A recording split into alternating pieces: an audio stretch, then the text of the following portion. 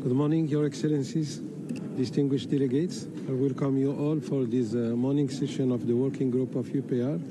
Welcome also for the delegation of China among us.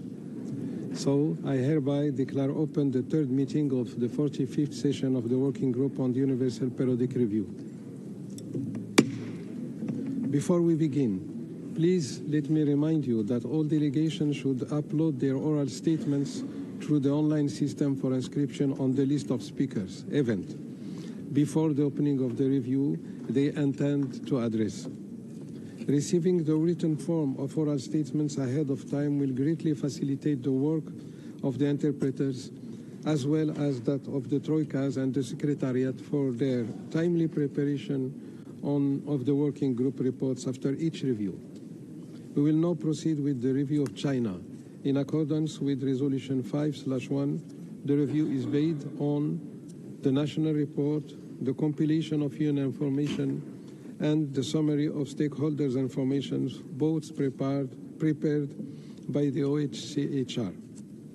I now have the honor to give the floor to His Excellency, Mr. Chen Zhu, the permanent representative of China to the United Nations Office of Geneva, to introduce the delegation and the report. Excellency, you have the floor.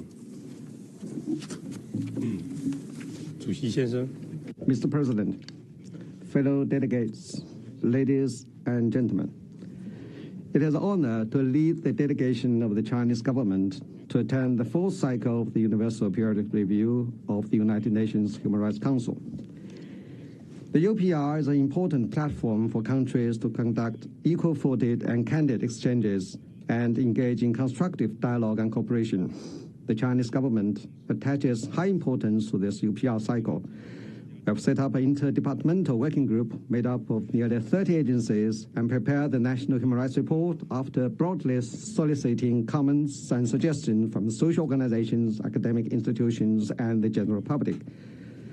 Today, the Chinese government delegation, composed of representatives of over 20 ministries and the government of Xizang Autonomous Region, Xinjiang Uyghur Autonomous Region, Hong Kong Special Administrative Region, and the Macau Special Administrative Region, is here in Geneva to attend the review with a sincere hope to conduct dialogue on the basis of equality and mutual respect, promote exchanges and mutual learning, draw on each other's strength, and make common progress. Mr. President, China upholds respect for and protection of human rights as a task of importance in state governance. We have embarked on a path of human rights development that is in keeping with the trend of the times and appropriate to China's national conditions, and scored historic achievements in this process. We uphold the people-centered philosophy and strive to deliver a better life for all the people. A happy life for people is the ultimate human rights. China sees people's aspiration for a better life as the focus of its efforts. After 8 years of continued hard work, we have lifted nearly 100 million people out of poverty, eradicated absolute poverty once and for all, and achieved moderate prosperity in all respects. China has met the targets of poverty eradication set out in the 2030 Sustainable Development Agenda 10 years ahead of schedule. We have taken solid steps to promote high-quality development and build the world's largest education, social security, and healthcare systems. The people's sense of fulfillment, happiness, and security has grown stronger. China has worked to advance the Peaceful China Initiative and the rule of law, and is widely recognized as one of the safest countries in the world. We uphold the role of people as the principal subject and ensure that people are the masters of the country, of the society, and their own future. China has been developing a whole process people's democracy. The Chinese people engage in democratic elections, consultations, decision-making management, and oversight, and participate in various ways in the management of state affairs in accordance with the law. Opinions are extensively solicited from various sectors and fully heeded in all the major decisions made by the party and the Chinese government. In this process, people's right to information, participation, expression, and oversight are safeguarded. China ensures respect for and protection of human rights throughout all aspects of legislation, law enforcement, administration of justice, and compliance of the law. We have strengthened the institution of legal safeguards for human rights and ensure that people can enjoy various rights as prescribed by the law. Since the last cycle, China has promulgated 51 new laws and revised 113 existing ones. We uphold equality of human rights and strive to ensure that everyone has an opportunity to bring out their best. No one is left out or left behind as China builds a modern socialist country in all respects. The people of all 56 ethnic groups of China are equal and closely united like the seeds of the pomegranate, working together for common prosperity and development and for a better life for all. Chinese citizens' freedom of religious belief is safeguarded. There are nearly 200 million religious believers in China, and different religions exist in harmony. China has formulated a number of documents outlining the development of women and children, revised the law on the protection of rights and interests of women, and promoted gender equality and all-round development of women and children. People with disabilities in China have been fully supported in their rehabilitation, education, employment, and cultural enrichment.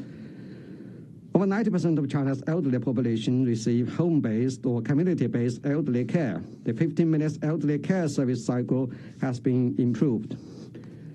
We continue to write new chapters of human rights development in the process of China's modernization.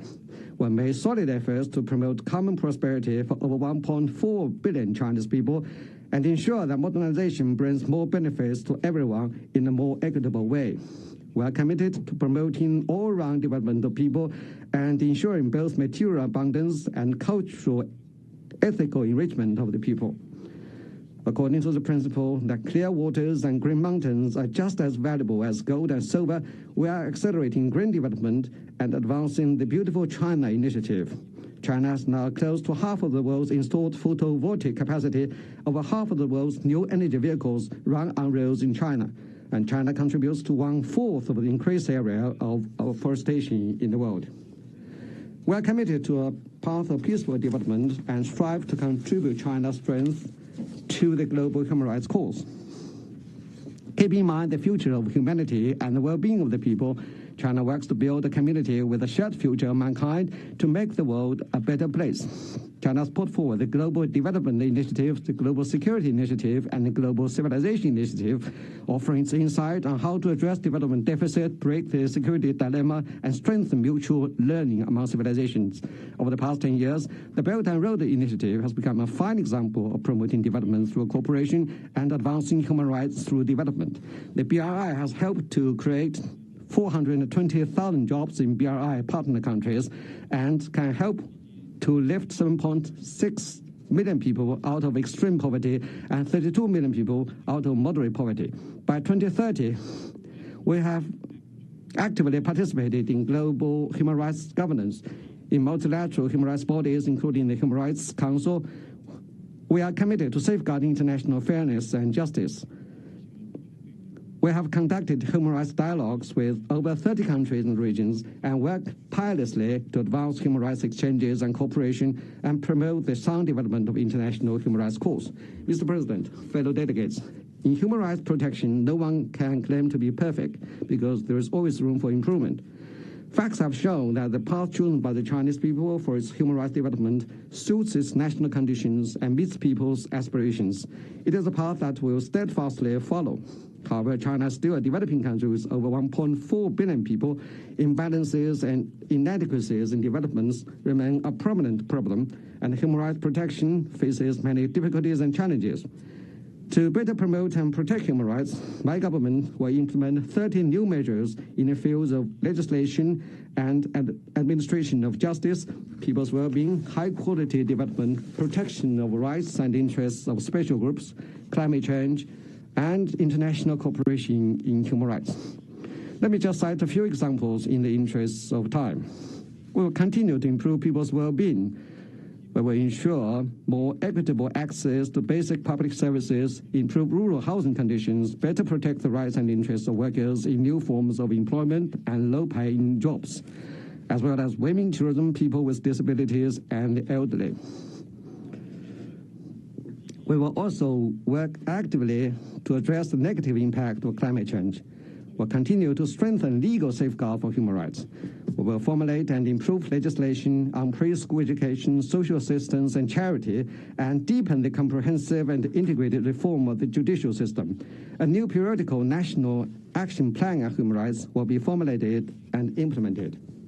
We will actively promote international cooperation on human rights. We will encourage different parties to follow the principle of extensive consultation and joint contribution for shared benefits in improving global human rights governance, work together to address human rights challenges and promote the equal enjoyment of human rights.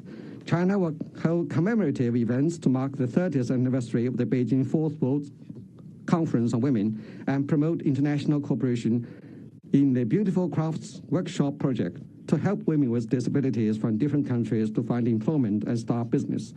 China will host an international forum on human rights to promote dialogue and cooperation among different parties and strengthen exchange and mutual learning.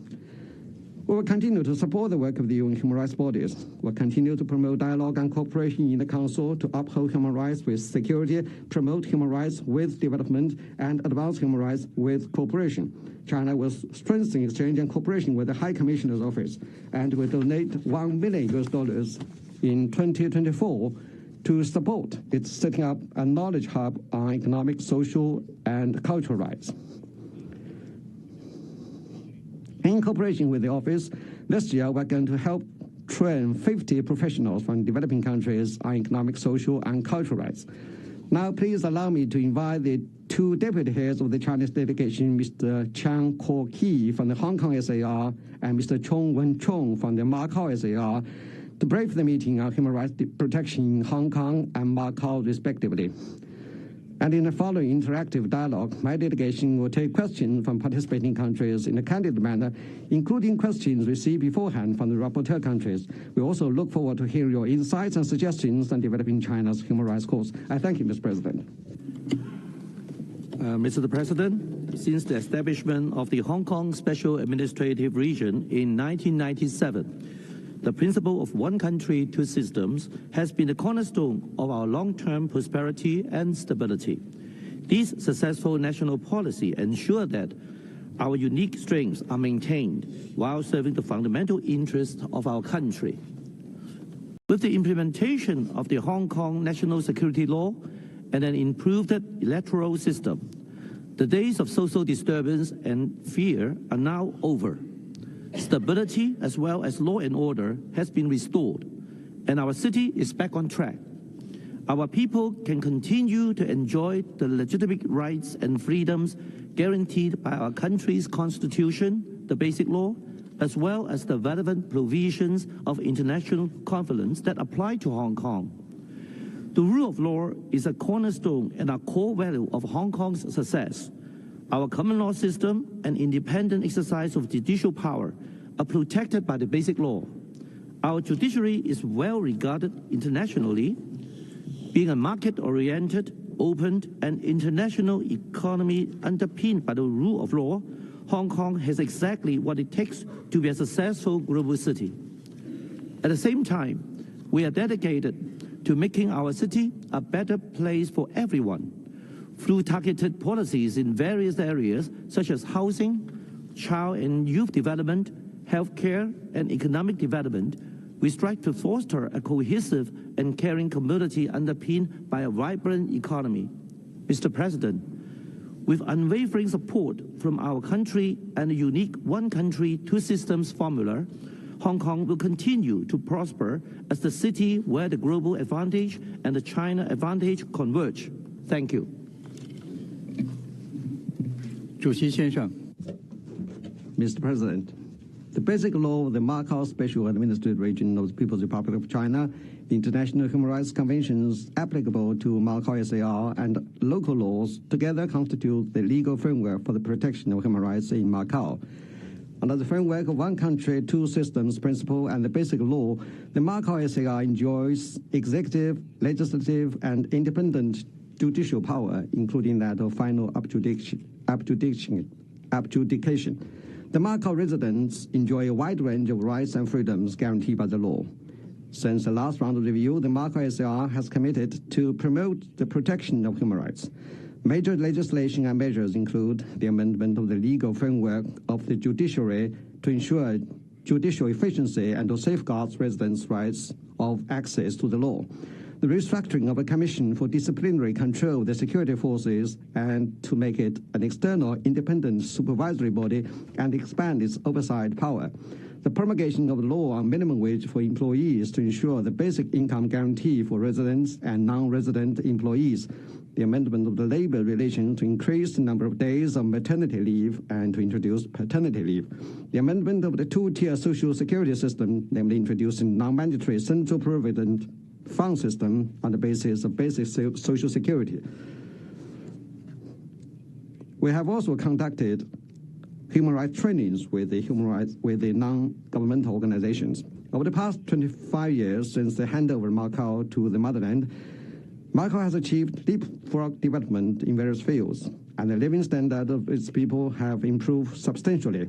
With the support of the central government, the Macau SAR will fully implement the one country, two system principles and the basic law, accelerate the development of moderate economic diversification, and ensure Macau's long-term prosperity and stability.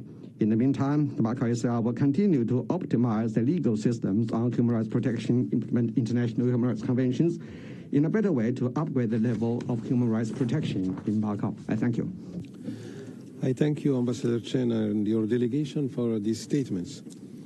Your Excellencies, distinguished delegates, and friends, we shall now begin our interactive dialogue. Before giving the floor to delegations for their questions and comments, I would like to remind you that the speaking time will be 45 seconds for all, and I would like please to call you for respecting fully this time, given the long list of speakers we do have this morning, over 160. So please be comprehensive toward the presidency for gesturing our dialogue. I wish to reiterate that issues of a political, bilateral and territorial nature should be kept out of our deliberations. Moreover, United Nations terminology should be used when referring to state and territories. Please be reminded that only the use of the word recommend or recommendation will ensure that the relevant parts of your statements are included in the recommendations section of the Working Group report.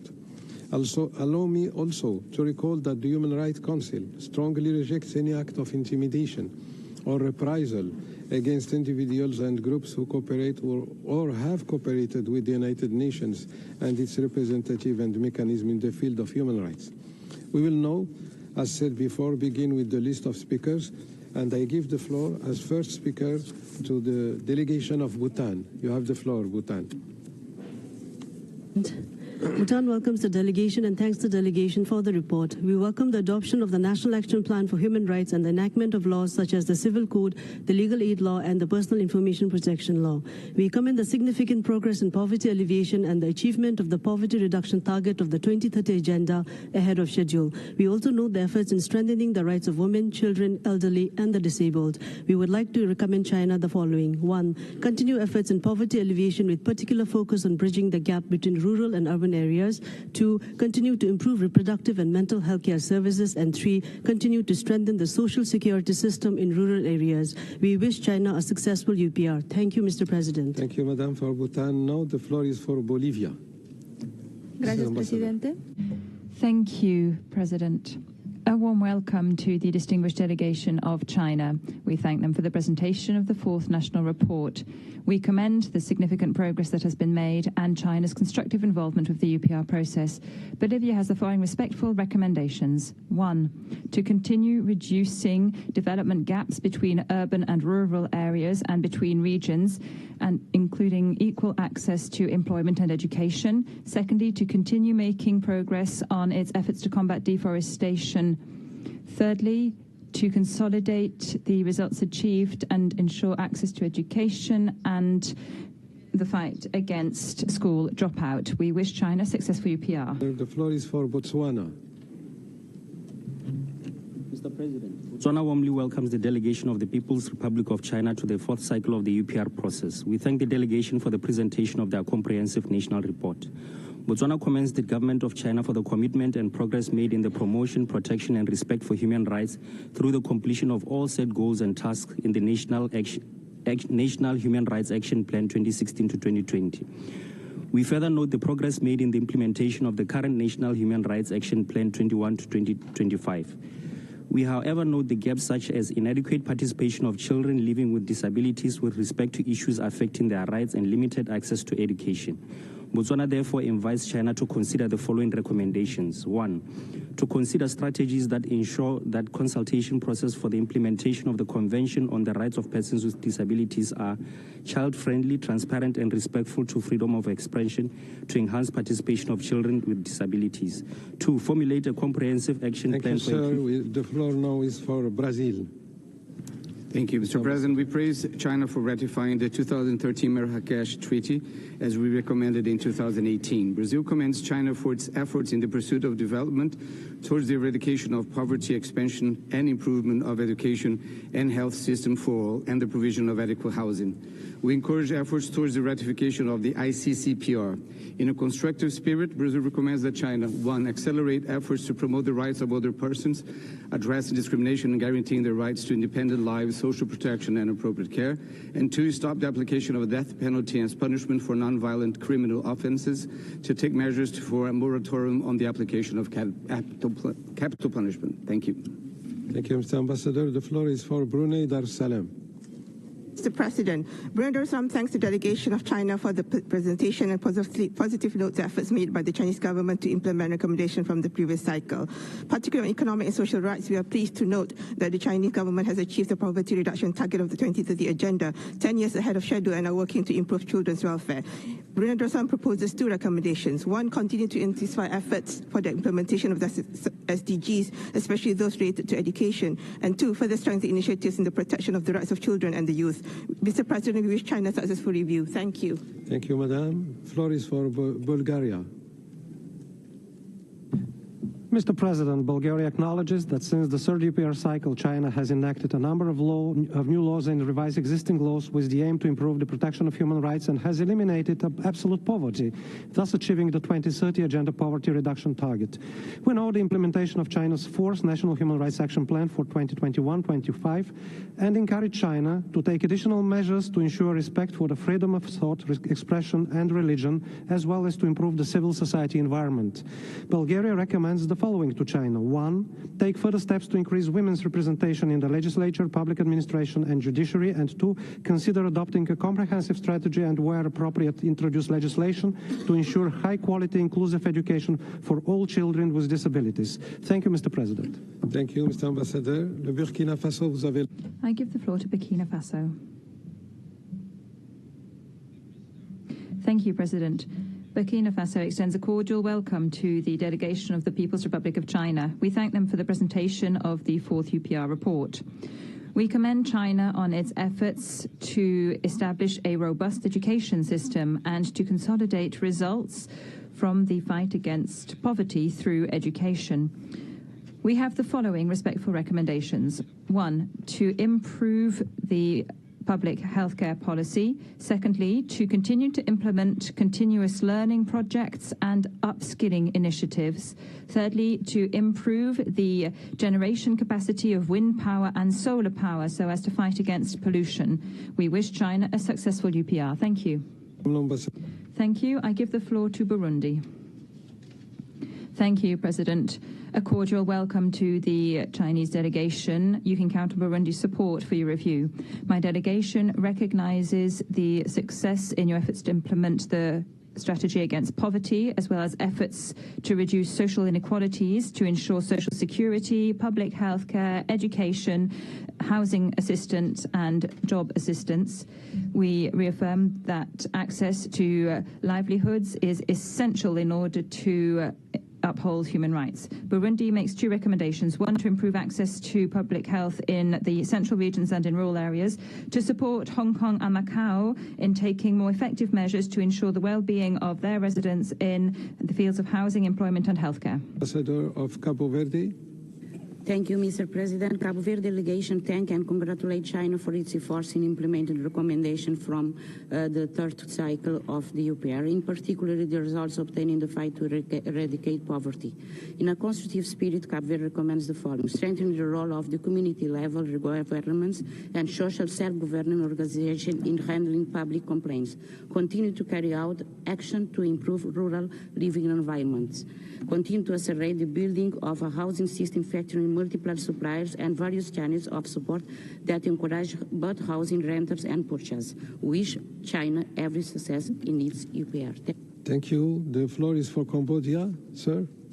Thank you, Mr. President. Cambodia warmly welcomes the distinguished delegation of the People's Republic of China. We commend efforts made by China in achieving UN 2030 Agenda Poverty Alleviation goal ahead of schedule and significantly contributing global poverty reduction and human development. In constructive spirit, we recommend the following. First, take additional steps to enhance agricultural science and technology innovation system and broaden access to agricultural technology service through innovative approach. Second, continue effort to effectively improve worker skill, elevate employment quality and income level. Finally, I wish the delegation of China a successful review. Merci. Je donne la parole au Cameroun. I give the floor to Cameroon. Cameroon congratulates the delegation of China of the presentation of its national report and commend its effort to promote human rights, in particular its commitment to narrowing the development gap between urban and rural areas and equal employment on urban and rural workers. In constructive spirit, my delegation would like to make the following recommendation. 1. Continue to combat pollution in legal, targeted, in scientific manner to guarantee people's right to healthy environment. 2. Continue to encourage Chinese business to abide by UN guiding principles on business and human rights in their trade and investment, to conduct the due diligence of human rights and fulfill their social responsibility to respect and promote human rights. 3. Accelerate the expansion of human schools and ensure equal access to basic public education services for children of the rural migrant population. Wish the Chinese delegation full success of Universal Periodic Review. I thank you. Thank you, Mr. Ambassador. The floor is for Canada. Mrs. Ambassador. Thank you. Canada recommends that China, 1, implement the recommendations set out by the CSCR and CEDAW, end all coercive measures imposed on Uyghurs, Tibetans, and other ethnic minorities, including forced labor, coercive labor transfers, forced sterilizations, and mandatory residential schools. 2, ensure Hong Kong upholds its obligations under the ICCPR. 3, repeal the current national security law in Hong Kong and discontinue all cases against individuals charged for exercising their human rights and freedoms. 4, end all forms of enforced disappearances targeting human rights defenders, ethnic minorities, and Falun Gong practitioners. And 5, grant the UN, including the OHCHR and special procedures, full and unfettered access to all regions of China, including Tibet and Xinjiang. Canada also notes with concern the increasing extraterritorial repression of human rights defenders, and we wish China's delegation a successful UPR. Thank you. Je donne la parole au... I call on Central African Republic.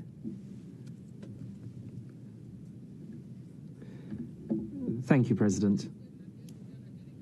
Chad welcomes the delegation of the People's Republic of China, and we congratulate you on presenting the national report to the 4th cycle.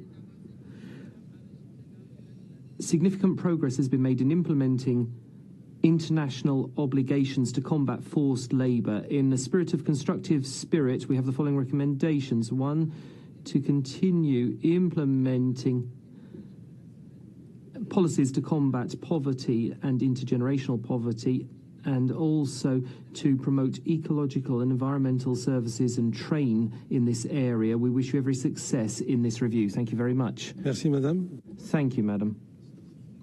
Central African Republic, is the delegation in the room? If you are, you have the floor.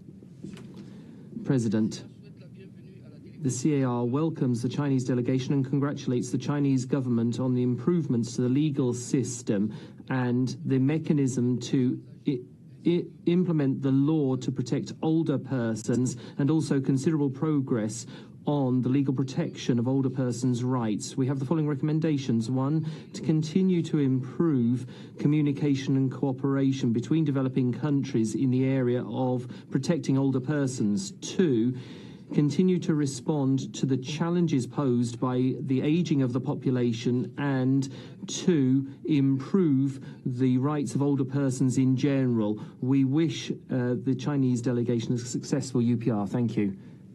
Chile. Señor President, we thank China for presenting the national report, and we congratulate you on amending the law on protecting the rights and interests of women. Recommendations: 1, to provide a safe, enabling environment for human rights defenders to go about their work, safeguards and protocols for women to not be subjected to contraception against their will, and promote the rights of sexual identity and gender different groups in the next plan. Thank you very much. Also, a moratorium on the death penalty with a view to its abolition. Thank you. Colombia welcomes the distinguished delegation of the People's Republic of China for the 4th cycle of the UPR. We wish you every success in your review. We welcome China's progress in human rights since the last cycle of the UPR. In a constructive spirit, we have the following recommendations. 1, consider a moratorium on applying the death penalty. 2, to make further progress on your measures to combat gender gaps, particularly in the areas of employment, the wage gap, and access to higher education. And 3, ratify the main outstanding international human rights instruments. Thank you. Thank you. The Comoros has the floor. Thank you, President. The national report presented by China reflects the huge interest of the country in human rights. After having accepted almost all the recommendations in the last cycle and following cooperation with UN human rights entities, reflect the commitment to defending and promoting human rights. In particular, we hail actions for ethnic minorities to foster their development through education and training in particular. Lastly, we recommend that China, which has become a very attractive country for high-level researchers, to strengthen the laws on the stay and conditions for these people. Wish you every success. Thank you. The floor goes to Congo. Thank you, President. Since the previous cycle, China has made significant progress thanks to continuing efforts to protect and promote human rights, notably through promoting the rights to education and health. In a constructive spirit, we have the following recommendations. 1, to achieve the aims of the National Human Rights Action Plan for 2021-2025. 2, to step up efforts to ensure food security by increasing farming production and improving supply chains. Lastly, Congo wishes China every success in its UPR. Thank you. Thank you, Ambassador.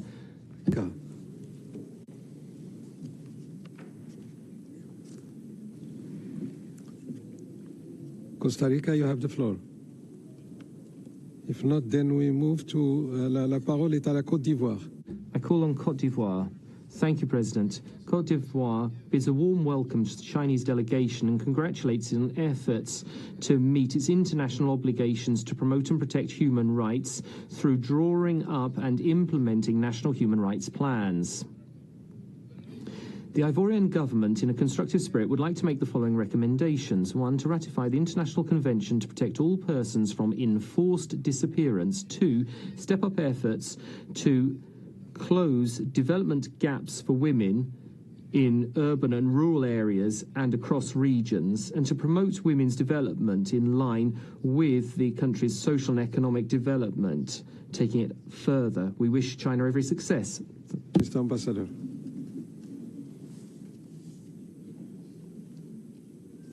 Croatia, you have the floor, Mr. Ambassador.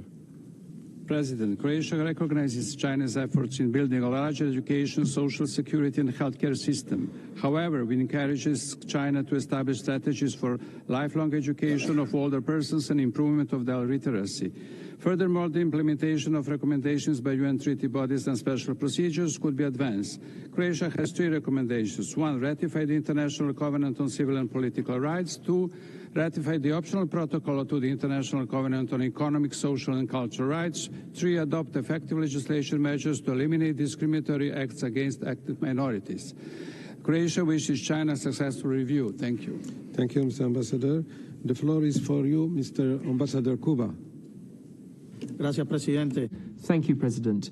We bid a warm welcome to the Chinese delegation and we acknowledge your commitment to the UPR. Recommendations to further strengthen institutions, rules and procedure of the people's democracy as part of the socialist rule of law which characterizes China, to promote the multi-level health insurance, develop a long-term care system and to further improve quality of education for areas where ethnic minorities live, and to strengthen the standard of written and spoken Chinese, and to further develop women's role in China, stepping up efforts to deal with the common issues faced by women, and also to carry out monitoring on cancer. Thank you very much. Cyprus has the floor.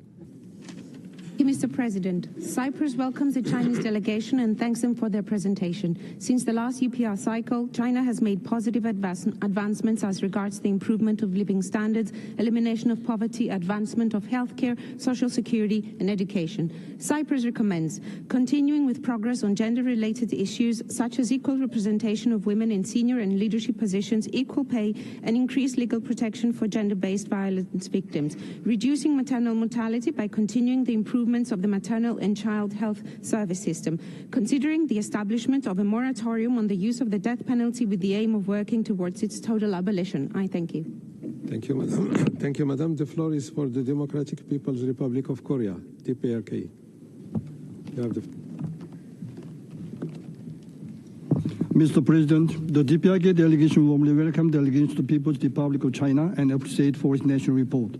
We highly commend the government of China adhere to political system and development paths those chosen by the Chinese people, uphold the path of human rights development suitable to its national conditions, and ensure the equal enjoyment of human rights and achieve advancement of common prosperity through the Chinese path to modernization. The DPRK is convinced that China will continue to raise the level of human rights protection and promote and free of comprehensive development of people as it promotes the greater rejuvenation of the Chinese nations. We wish China successful review. I thank you. Thank you, Mr. Ambassador. The floor is for Czechia. Ambassador. Thank you, Mr. President. The Czech Republic welcomes the delegation of China. We wish to recommend that China first end the criminalization of religious and peaceful civil expression by ethnic and ethno-religious groups, including Muslim Uyghurs and Buddhist Tibetans and Mongolians, under the pretext of protecting state security. Second, repeal Hong Kong's national security law, ignoring fundamental rights and freedoms, and end intimidation and attacks on human rights lawyers and journalists. Third, stop cross-border kidnappings and intimidating Chinese citizens living abroad. Fourth, end violating the freedoms and privacy of Chinese citizens via online censorship and surveillance. Fifth, refrain from the forcible repatriation of North Korean refugees to the DPRK. We wish China a successful UPR. Thank you. Thank you. The floor is for the Democratic Republic of Congo. Merci. Merci, Monsieur le Thank you, President. The DRC thanks the Chinese delegation presenting the national report. We congratulate you on all the efforts since the last cycle to promote people's democracy, rule of law, protect human rights, social justice and equity, notably through ratifying a number of international human rights instruments such as the 1930 Convention on Forced Labour, the 1957 Convention on the Abolition of Forced Labour, and the Marrakesh Treaty. Recommendations: we encourage China to pursue efforts to strengthen environmental rights and those of specific groups. We wish China every success in its Universal Periodic Review. I thank you, President. Thank you. For Denmark. Thank you, Mr. President. Denmark welcomes the delegation of China. We recommend China to, 1, immediately implement the recommendations from the OHCHR assessment on Xinjiang, 2, release writers, bloggers, journalists, human rights defenders, and others arbitrarily detained for exercising their right to freedom of expression, and guarantee this right, including in Hong Kong. 3, immediately abolish cursed residential school systems imposed on Tibetan children and ensure that persons belonging to minorities can fully enjoy their cultural rights and use their own language. And 4, ratify OPCAT. Thank you. Thank you, Mr. Ambassador. La parole est à Djibouti. I call on Djibouti. Thank you, President. Djibouti welcomes the high-level Chinese delegation and thanks it for presenting its national report. My delegation welcomes significant progress made by China in promoting and protecting human rights, notably by integrating a number of recommendations from the third cycle into domestic law. We have the following recommendations. 1, to continue implementing all the tasks set out in the National Human Rights Action Plan 2021-2025 and strengthen the full inclusion of persons with disabilities in society, notably by promoting greater access of children with disabilities to education and vocational training. We wish China every success in the review. I thank you. I call on Dominica. Dominica commends China on its advancement in all key areas of human rights. Dominica supports China in its plan to continue to raise the level of human rights protection and promote the free and comprehensive development of all its people. Dominica makes three recommendations to China: to fully develop whole process people's democracy along the development path chosen by the Chinese people and the organic law-based governance of China for people-based all-inclusive development. 2, to continue taking measures for improving women's development, including increased participation of women in public affairs. 3, to continue measures to improve respect for and protection of human rights into the Constitution of the Communist Party of China and the Constitution of the People's Republic of China, and to uphold the equality of all before the law and social security system for all Chinese. Dominica wishes the government and people of China successful UPR and continued success and prosperity. Thank you, Mr. President. Thank you, Madam. The floor is for Dominican Republic. Thank you, President. The Dominican Republic welcomes the Chinese delegation and thanks it for presenting its national report. We applaud progress on eradicating gender discrimination in employment and fighting sexual harassment in the workplace.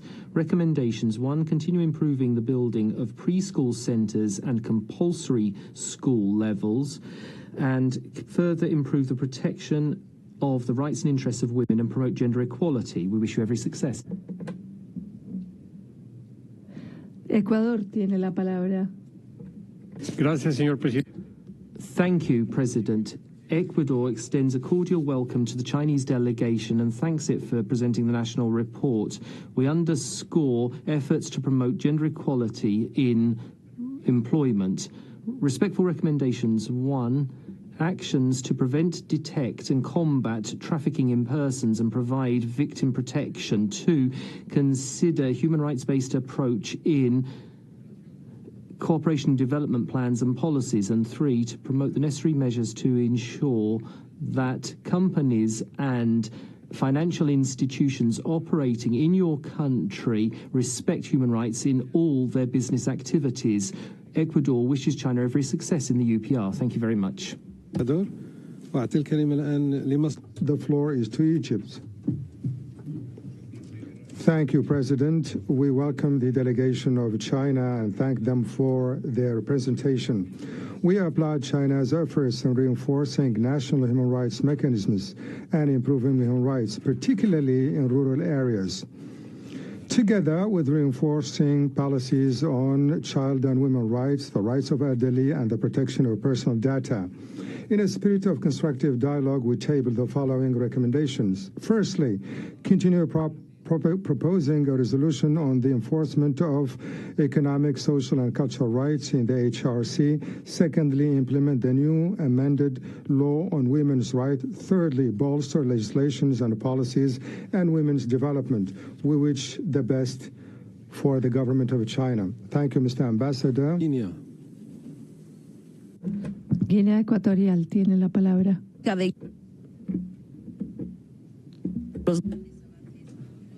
The Republic of Equatorial Guinea congratulates the People's Republic of China for the significant progress made in the area of human rights by attaching greater importance to protecting rights and interests of persons with disabilities and promoting the national economic, social, cultural development plans and sustainable development plans for persons with disabilities in line with the 2030 agenda. Recommendations to build and use the National Cultural Park and to continue taking part in the treaty body reform of the United Nations treaty bodies. We wish China every success in the review. Thank you. The floor is for Eritrea.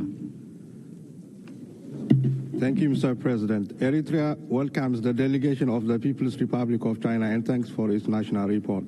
We appreciate and applaud the system of ethnic regional autonomy, which undoubtedly guarantees the protection of political rights of people of all ethnic groups in Xinjiang. In the spirit of constructive engagement, Eritrea recommends the following. One, continue to improve the mechanism for supervising law enforcement and judiciary while improving those of law enforcement and judiciary personnel themselves. Two, continue to uphold the regional ethnic autonomy system and comprehensively promote ethnic unity and progress. Three, continue to promote and safeguard the rights of Hong Kong and Macau residents in accordance with all relevant local laws. We wish the People's Republic of China every success in its review. I thank you. Thank you, sir. The floor is for Estonia. Estonia welcomes the delegation of China. Estonia recommends China to ratify the ICCPR and its second optional protocol, respect and ensure the rights of persons belonging to ethnic and religious minorities, in particular in Xinjiang and Tibet. Enable all members of civil society to freely engage with international human rights mechanisms without fear of intimidation and reprisals. Cooperate fully with all human rights treaty bodies and implement their recommendations. Cooperate fully with OHCHR and special procedures mandate holders and ensure their unrestricted access to all regions of China. Enable unrestricted use of Internet by ensuring the safe flow of information without violating the freedom of opinion and expression. We wish China a successful UPR. Thank you. Thank you, Madam. The floor is for Ethiopia. Ethiopia warmly welcomes the delegation of China to the 45th session of the UPR Working Group of the Human Rights Council. Ethiopia applauds China for improving the criminal litigation system, rigorously implements legal principles so as to make the judicial procedures of human rights in a more orderly way and with stronger credibility. In the spirit of constructive engagement, Ethiopia recommends to the delegation of China to continue to strengthen the development of a culture of rule of law in society and carry out publicity and education on the rule of law. Finally, Ethiopia wishes a successful engagement to the delegation of China. I thank you, Mr. President. Thank you, sir. The floor is for Fiji. Mr. President, Fiji welcomes the delegation of China and commends the government for its commitment to poverty alleviation. Fiji applauds China's efforts through its targeted poverty alleviation strategy, which has seen nearly 100 million rural poor lifted out of poverty, thereby achieving the SDG poverty reduction target 10 years ahead of schedule. With respect, Fiji recommends as follows. 1. Continue to strengthen efforts in combating trafficking in persons, especially the trafficking of women and children, and provide effective protection and assistance to the victims of trafficking. And 2. Continue to strengthen efforts in effectively implementing the Healthy China strategy, including improving access to affordable healthcare services, especially in primary care service at the local and in rural areas. I thank you. Thank you, Madam. The floor is for Finland. Mrs. Ambassador. Mr. President, Finland welcomes the opportunity to engage in a UPR dialogue with China and respectfully recommends the following. 1. To guarantee the protection of human rights lawyers against any form of harassment, violence, or attempts to impede or interfere with the defense of their clients in accordance with international law. 2. To protect and promote human rights of ethnic and religious minorities, including the Xinjiang Uyghurs, in line with OHCHR's recommendations and UN treaty bodies' concluding observations and decisions. 3. To invite the Special Rapporteur on freedom of religion or belief to visit China, including Xinjiang. We wish China a successful UPR. Thank you. Merci. Je donne la parole. Thank you. I call on France. No microphone.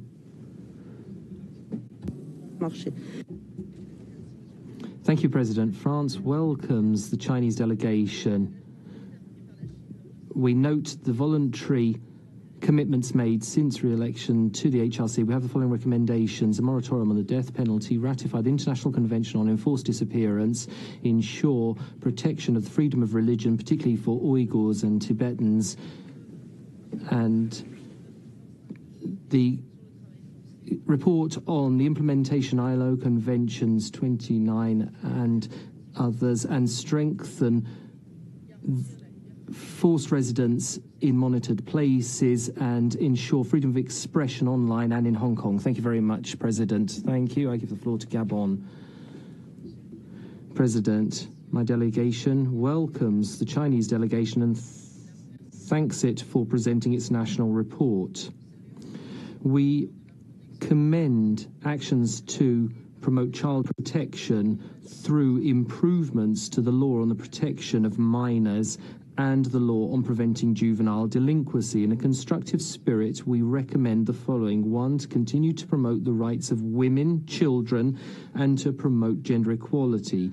2, to further improve the curricula and general education in human rights, and 2, disseminate human rights throughout society. We wish China every success. I thank you, Ambassador. Please. Thank you, Mr. President. The Gambia welcomes the delegation of China and thank them for the interaction with the Human Rights Council today. We wish to commend the government of China for its commitment to narrowing the development gap between urban and rural areas and between regions, and for providing equal employment opportunities for rural and urban workers. Mr. President, while recognizing the efforts and commitments being made by the government of China, my delegation would like to make the following recommendations. 1, reinforces the safeguarding of ethnic and religious minorities' rights by promoting the preservation of cultural identities. 2, continue to advance administrative and judicial reforms for the ratification of the Convention on Civil and Political Rights. 3, increase information accessibility to help the elderly and people with disabilities. Thank you, Mr. Ambassador. The floor is for Germany. Mr. President, Germany welcomes the Chinese delegation commending the amendments to the law on the protection of women's rights and interests. Germany remains highly concerned about serious human rights violations, especially in Xinjiang and Tibet. Germany recommends to revoke all laws restricting freedoms of expression and assembly, seize all reprisals against human rights defenders and civil society organizations, implement all recommendations of the OHCHR report on Xinjiang and of UN treaty bodies, respect the rights of persons belonging to ethnic and religious minorities, including Xinjiang and Tibet, restore full respect for the rule of law and civil society and political rights in Hong Kong, abolish all coercive practices and labor transfer programs in boarding schools, adopt anti-discrimination legislation relating to diverse sexual orientations and gender identities, and to release all human rights defenders from arbitrary detention. Thank you. Thank you, sir. The floor is for Ghana. Mr. President, Ghana welcomes the delegation of China and commends the government for its efforts towards the promotion of socioeconomic development, poverty reduction, increased access to education and healthcare, as well as adherence to the rule of law and social justice. In the spirit of constructive dialogue, Ghana recommends that China maintains its constructive engagement and collaboration with international human rights mechanisms, with a view to building on the progress achieved in previous UPR cycles, and continue the implementation of the Convention on the Rights of Persons with Disabilities, and strengthen the creation of literary and artistic works for persons with disabilities. We wish China a very successful review process. I thank you. Thank you, Mr. Ambassador. Mr. Ambassador, I understand that your delegation would like to make some comments on the recommendation and observation received so far, so please, you have the floor. Mr. President, at the outset, I'd like to thank the delegations who have spoken for their positive comments about China's human rights cause and very important questions and recommendations. Before this session, China has received some advanced written questions. In order to save time, in the next interactive dialogue, we will respond to these questions in 3 rounds, and we will have some response to some similar questions together to save time.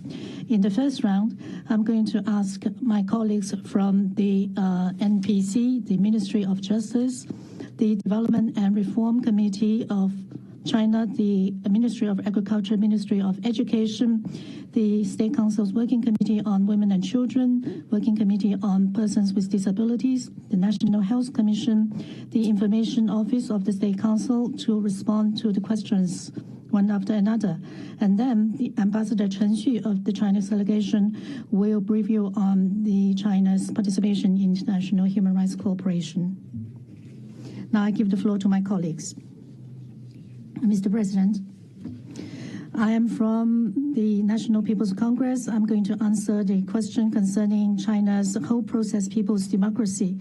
Democracy is the common value of all humanity. The whole process people's democracy is guaranteed by a complete set of institutions. Under our constitution, all power belongs to the people. Our people elect their own representatives to the NPC and local people's congresses, which exercise state power on their behalf. The administrative, supervisory, and procuration regulatory entities are then elected by the People's Congresses, which are accountable to the people and subject to their supervision. There are together 2.77 million elected deputies, including 2.62 million at the county and township level. They are elected directly by over 1 billion voters nationwide on one-person, one-vote basis. Through multi-party cooperation and ethnic autonomy, our people are guaranteed of the right to administer the state affairs. The whole process, people's democracy, has a broad participation. In China, the party and the state consult widely on all major decisions. For example, the 14-5-year plan, which gathered more than 1 million opinions online in 2020. In our work, every draft law needs to be made public to see public opinion. Our office has more than 40 grassroots focal points covering population of 80 million. 6,540 focal points are run by provinces and cities to convey people's opinion to the legislative body. Thank you. Mr. President, I'm from the Ministry of Justice. I'm going to answer questions concerning the rule of law in all its aspects, awareness raising, and lawyers' rights. China is committed to the rule of law in all its aspects and strives to build a country, the government, and the society according to the rule of law. With particular attention to legislation, law enforcement, administration of justice, and law-abiding society. Under the leadership of the CPC, Central Committee, and overall situation of governance through rule of law is taking shape. We have carried out nationwide new law awareness raising campaign and established the National Constitution Day, the system of constitutional oath-taking. These have helped to promote the running of the society through rule of law. The criminal procedure law, the law on lawyers, and various policy documents explicitly provide for the protection of lawyers' rights. The Lawyers Association also set up centers specializing in providing relief and protection of lawyers. In the past 10 years, the number of lawyers has grown from 300,000 to more than 700,000. This is a telling figure about lawyers' rights to practice law. Of course, lawyers must abide by the law in their professional activities. Thank you. Mr. President, I'm from the National Development and Reform Commission. I'm going to answer questions about high-quality development and the Belt and Road Initiative as it concerns the human rights. The Chinese government adheres to a people-centered approach in ensuring universal access to basic public service and enjoyment of rights of survival and development for all. Equal access to basic public service is listed as a goal of Chinese-style modernization. Every 5 years, a public service plan is to be formulated, the national criterion updated regularly, which covers 81 service items ranging from childcare, education, labor protection, healthcare, retirement, housing, and vulnerable groups protection. This is to make social policy the ultimate safeguard of people's livelihood. With our success in overcoming absolute poverty and with the largest social security system in the world, we in China are making solid progress towards common prosperity for all our citizens. In addition, China is pushing for high-quality implementation of Belt and Road Initiative through pragmatic cooperation. We are coordinating the landmark projects with small but beautiful livelihood projects in an effort to enhance people's sense of gain and happiness to realize common development and prosperity of various countries in the world. Thank you. Mr. President, I'm from the Ministry of Agriculture.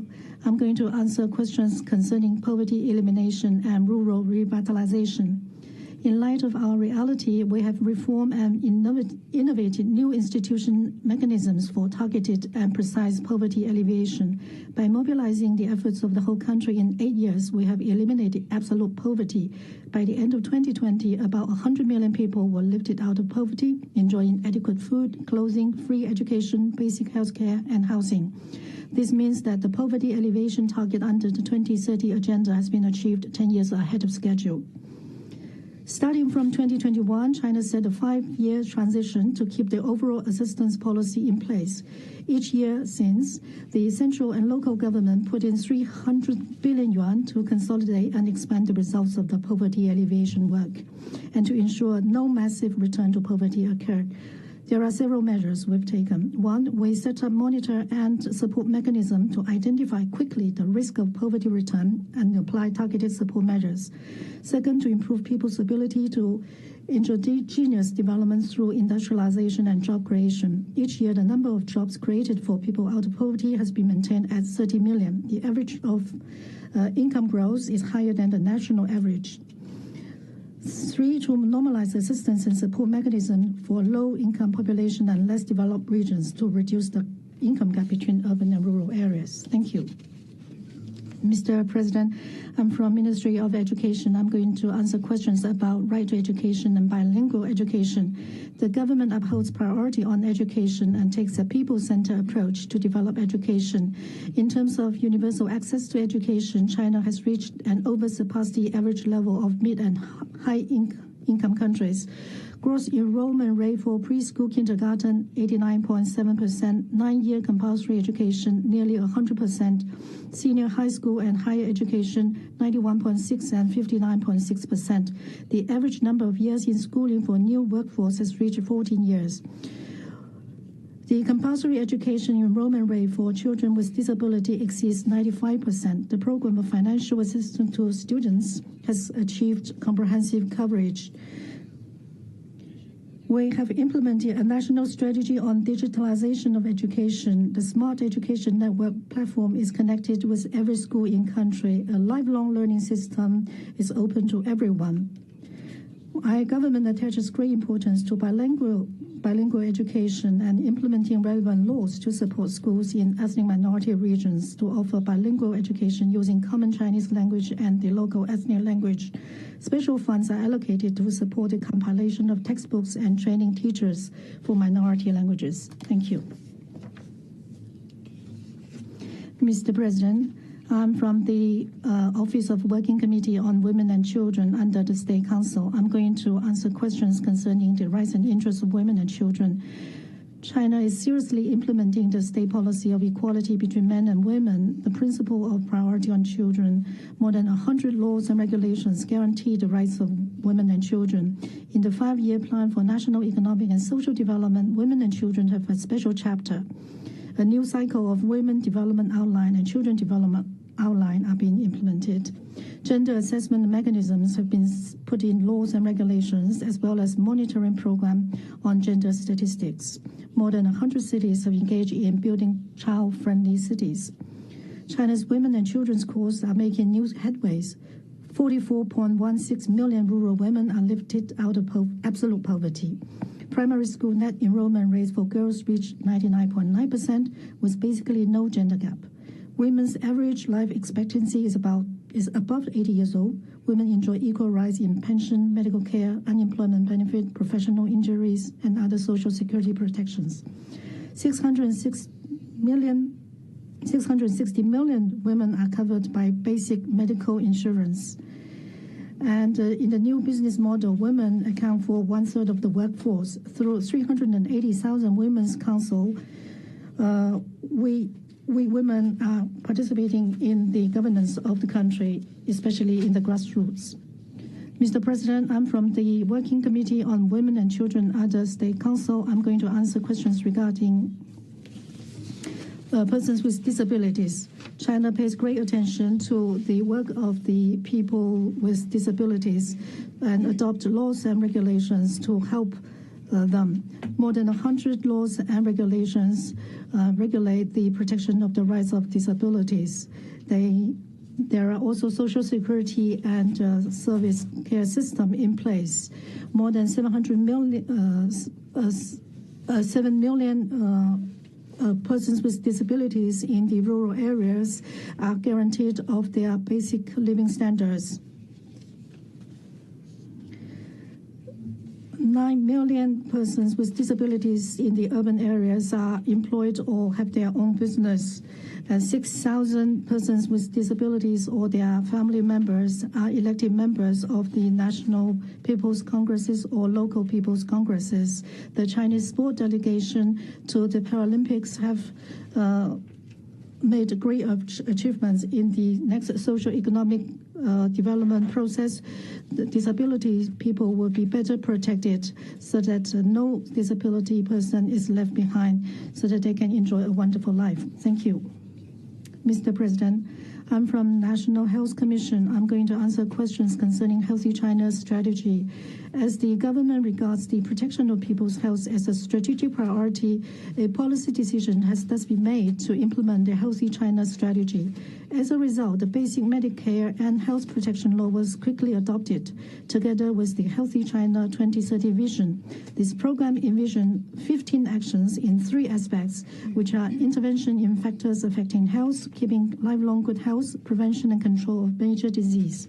By effectively implementing the Healthy China action points, we strive to accelerate the paradigm shift from treating disease to keeping people healthy.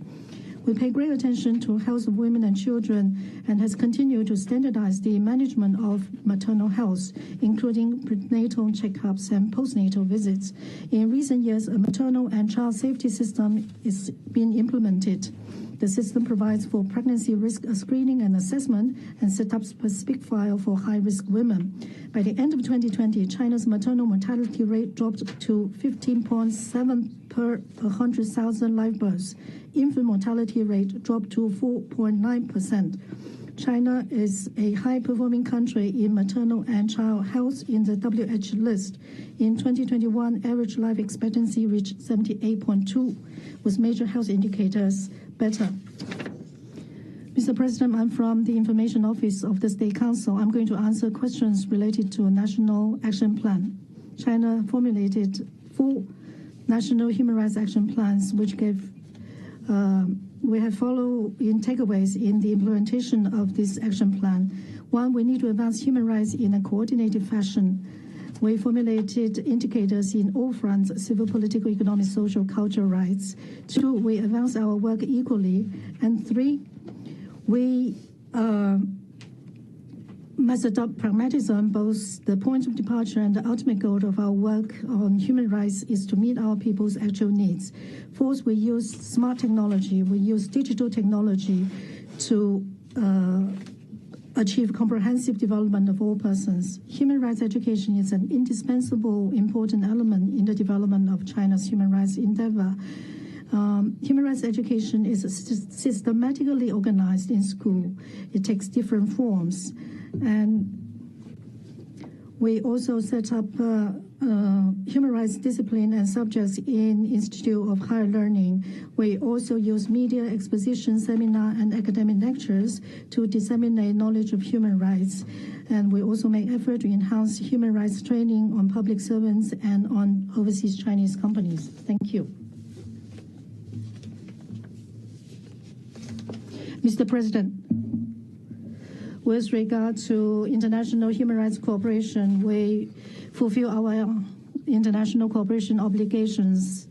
And on many occasions, we submit resolutions on contribution on human rights, contribution of development on human rights, the mutually beneficial cooperation in the field of human rights, and the promotion of economic, social, and cultural rights against the backdrop of elimination of inequality. We are committed to safeguarding international justice and equity to improve the representation and the voice of developing countries.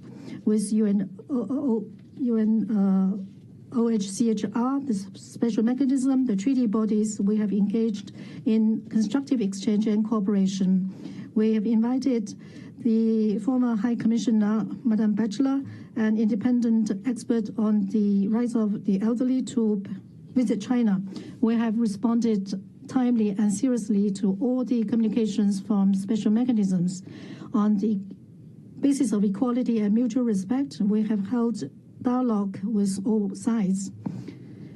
We hold Beijing Human Rights Forum South-South Human Rights Forum and the High-Level Forum on Global Human Rights Governance and the 75th anniversary celebration of the Universal Declaration of Human Rights.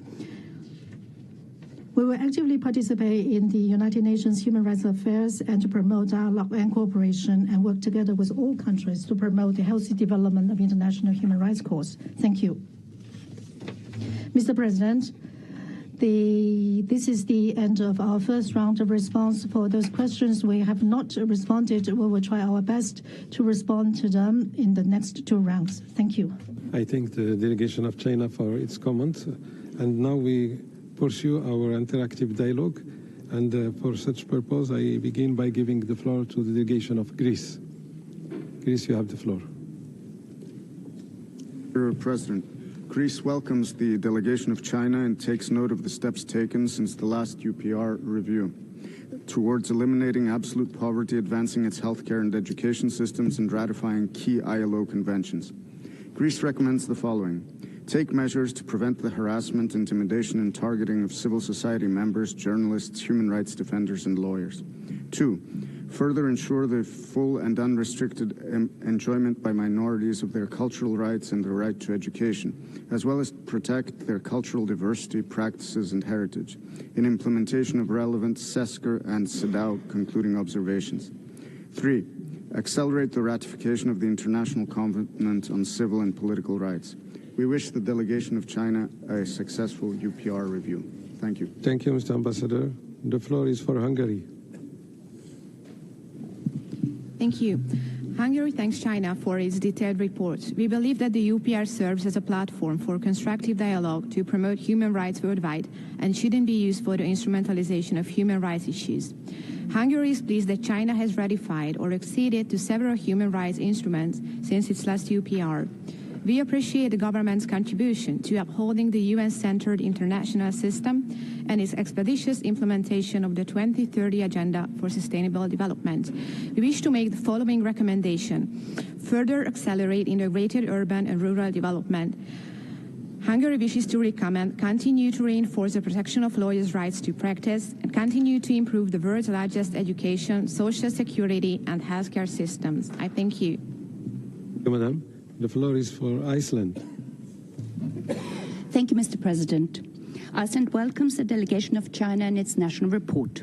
In the spirit of constructive engagement, Iceland recommends the following. 1. Ratify the ICCPR. 2. Abolish the death penalty and ratify the ICCPR's second optional protocol. 3. Enforce the 2016 anti-domestic violence law and investigate and prosecute domestic violence cases. 4. End violations of reproductive rights and coercive enforcement of family planning policies, including those in Xinjiang.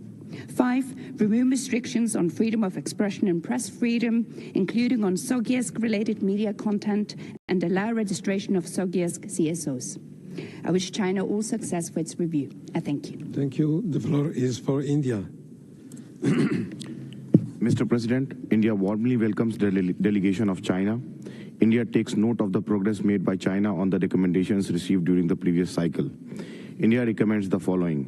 1. Continue taking steps to ensure fullest enjoyment of basic human rights by its people through inclusive and sustainable development. Number 2. Continue taking measures to promote gender equality and empowerment of all women and girls. Number 3. Continue to play a constructive role in the realization of aspirations of developing countries, including through reform of multilateral institutions. Thank you, Mr. President. Thank you, sir. The floor is for Indonesia. Thank you, Mr. President. Indonesia thanks the delegation of China for its report. We appreciate continued commitment of China in developing national human rights action plan and promoting the right to development. In constructive spirit, we recommend China to 1. Continue advance the right to health by improving regulatory framework to prevent, prepare, and respond to pandemic. 2. Strengthen the protection of freedom of religion or belief for all people and ensure its effective implementation on the ground. 3. Continue the efforts to ensure the right of all migrant workers and members of their family are fully safeguarded. Finally, we wish China a successful UPR. Thank you, Mr. President. Thank you, Mr. Ambassador. The floor is for Iran. Mr. President, the Islamic Republic of Iran welcomes the delegation of China to this review session and commend their full engagement with UPR mechanism. We appreciate the economic programs implemented by the government of China with the aim of promoting social, cultural, and economic rights in China. We also welcome the adoption of the National Action Plan for Human Rights. We recommend China to 1. Implement the Healthy China Initiative and the Patriotic Health Movement and advocate healthy lifestyles. 2. To continue to protect the cultural rights of ethnic minorities and increase support for the development of ethnic minority areas. The Islamic Republic of Iran wishes for China all the success in implementation of the UPR process. I thank you. Thank you, sir. I give the floor to Iraq. Thank you, Mr. President. We welcome the delegation of the People's Republic of China, and we commend the steps that they have taken since the last UPR, especially in the legislative field, and we also commend their national strategies and plan to advance human rights in the country. They have also exerted efforts in health and services for the elderly, and we also commend their efforts in poverty eradication. In the spirit of constructive dialogue, we have the following recommendations. First, to improve the situation of women in rural areas. 2, to exert more efforts in the framework of the national plans to improve the marine ecology and to exert more efforts to protect a cultural heritage. And we wish China all success in this UPR. Thank you. Thank you. I now give the floor to Ireland. Mr. Ambassador. Thank you, Chairman. Ireland thanks China for its presentation today.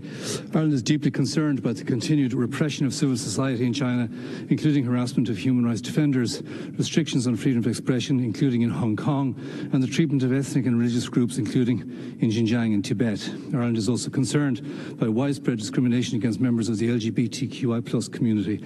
Ireland recommends that China, 1, ratify the ICCPR, 2, immediately release all arbitrarily detained human rights defenders, journalists, and civil society activists, and 3, enact laws explicitly prohibiting discrimination based on sexual orientation and gender identity. We wish China every success in this UPR cycle. Thank you. Thank you. The floor is for Israel. Thank you, Mr. President. Israel welcomes the delegation of China to the UPR, thanks it for its national report, and notes its efforts in implementing recommendations since the last review. At the same time, Israel remains concerned with the situation in Xinjiang and the human rights of the Uyghur minority. Israel would like to recommend China to 1, take practical steps to improve the human rights situation in Xinjiang, 2, take further action to ensure that older persons, in particular older women and older persons with disability, enjoy an adequate standard of living and have access to basic services, especially in rural areas. 3, ratify ICCPR and to allow a flourishing civil society, including independent NGOs, that address societal discrimination and effectively combats violence against women and children. I thank you. Thank you, Madam. The floor is for Italy. Merci, Monsieur le Président. Italy. Thank you, Mr. President. Setting its commitment to the UPR, Italy recommends China to introduce a moratorium on the death penalty, adopt rigorous procedure for reviewing capital sentences and reporting death penalty cases, provide information on the identity and number of individuals waiting for execution, as well on death sentences and executions. Take effective measures to prevent any form of discrimination against ethnic and religious groups and minorities. Guarantee freedom of opinion and expressing, enhancing effort to create an environment in which journalists, human rights defenders and NGOs can freely operate in accordance with international standards, removing obstacles to their access to information, mobility, and interaction with the civil society. Italy wishes China a successful UPR. Thank you. The floor is for Jamaica. Thank you, Mr. President. Jamaica warmly welcomes the delegation of the People's Republic of China to today's UPR exercise and thanks them for their comprehensive presentation. We commend the delegation on the progress in the implementation of the recommendations accepted during the 3rd UPR cycle. My delegation notes positively that China has recorded robust social and economic development. We note further that through the implementation of its poverty alleviation strategy, the welfare of approximately 100 million rural poor has been improved. Additionally, we welcome efforts to improve the situation of vulnerable groups, including the elderly, women, children, and the disabled, as well as initiatives aimed at improving the health of citizens throughout their life cycles. We support the government's efforts to implement other reforms, including those to safeguard the rights of lawyers to practice law and improve their participation in the litigation system. We wish the delegation of China every success for this UPR process. I thank you. Thank you, Madam. The floor is for Japan. Thank you, Mr. President. Japan is concerned about the human rights situation in China and makes the following recommendations. Protect the rights of the minorities, including Tibetans and Uyghurs, including their rights to enjoy their cultural and religious practice as recommended by CESCR. Guarantee the fundamental rights and freedom of the set forth under the Hong Kong Basic Law and improve the one country, two systems. Guarantee transparent legal procedures, including fair trials, access to legal representatives of defendants choosing and prompt notification to families, and ratify ICCPR and ICPPED. Japan takes note of China initiatives on economic development, but expects China to take Thank you, Mr. Ambassador. The floor is for Jordan. Thank you, President. We welcome the delegation of China. We welcome the measures taken to fight crimes such as the kidnapping of women and trafficking in women. We hail the review of laws on marriage and that marriage registration. We recommend first that they continue efforts to provide additional category of vulnerable individuals to strengthen justice and to continue to improve social coverage and health care, education, and retirement. Thank you.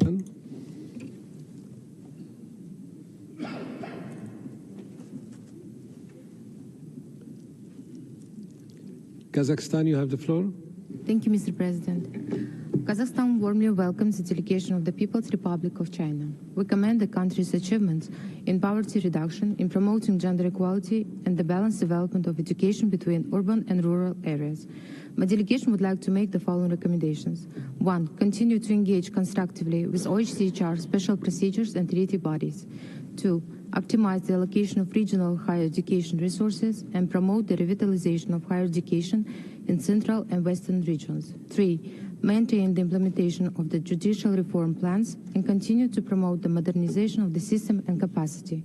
4. Strengthen the whole process of monitoring the quality and safety of agricultural products. We wish the delegation of China a very successful review. Thank you, Mr. President. Thank you, Madam. The floor is for Kenya. I thank you, Mr. President. Kenya warmly welcomes the high-level distinguished delegation of the People's Republic of China to this cycle of UPR process and thanks them for their national report and its oral update. Kenya attaches great importance to China and commend it for acceding to the Convention abolishing forced labor and the Marrakesh Treaty and welcome the economic development cooperation programs undertaken, including in Kenya. We make the following recommendations for consideration. 1. Continue to implement the Sustainable Development Goals 2030 and the policy of prioritizing conservation, protection, and natural restoration. 2.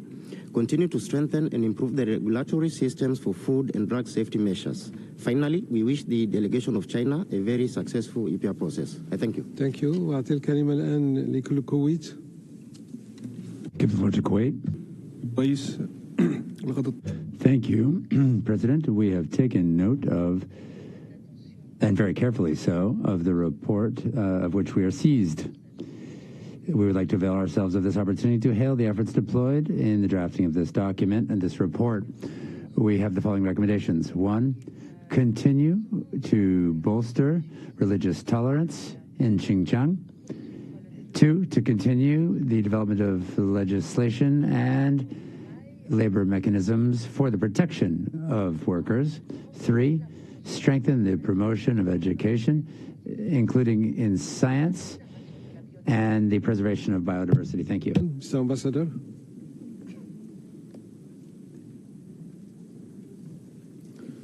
Kyrgyzstan, please, Mr. Ambassador.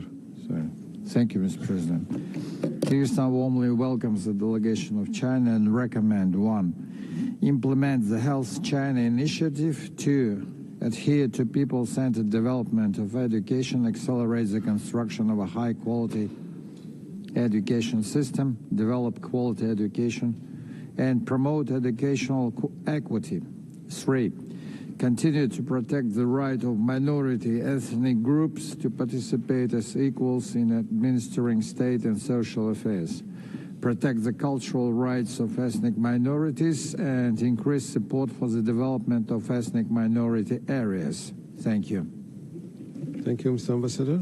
The floor is for Lao People's Democratic Republic.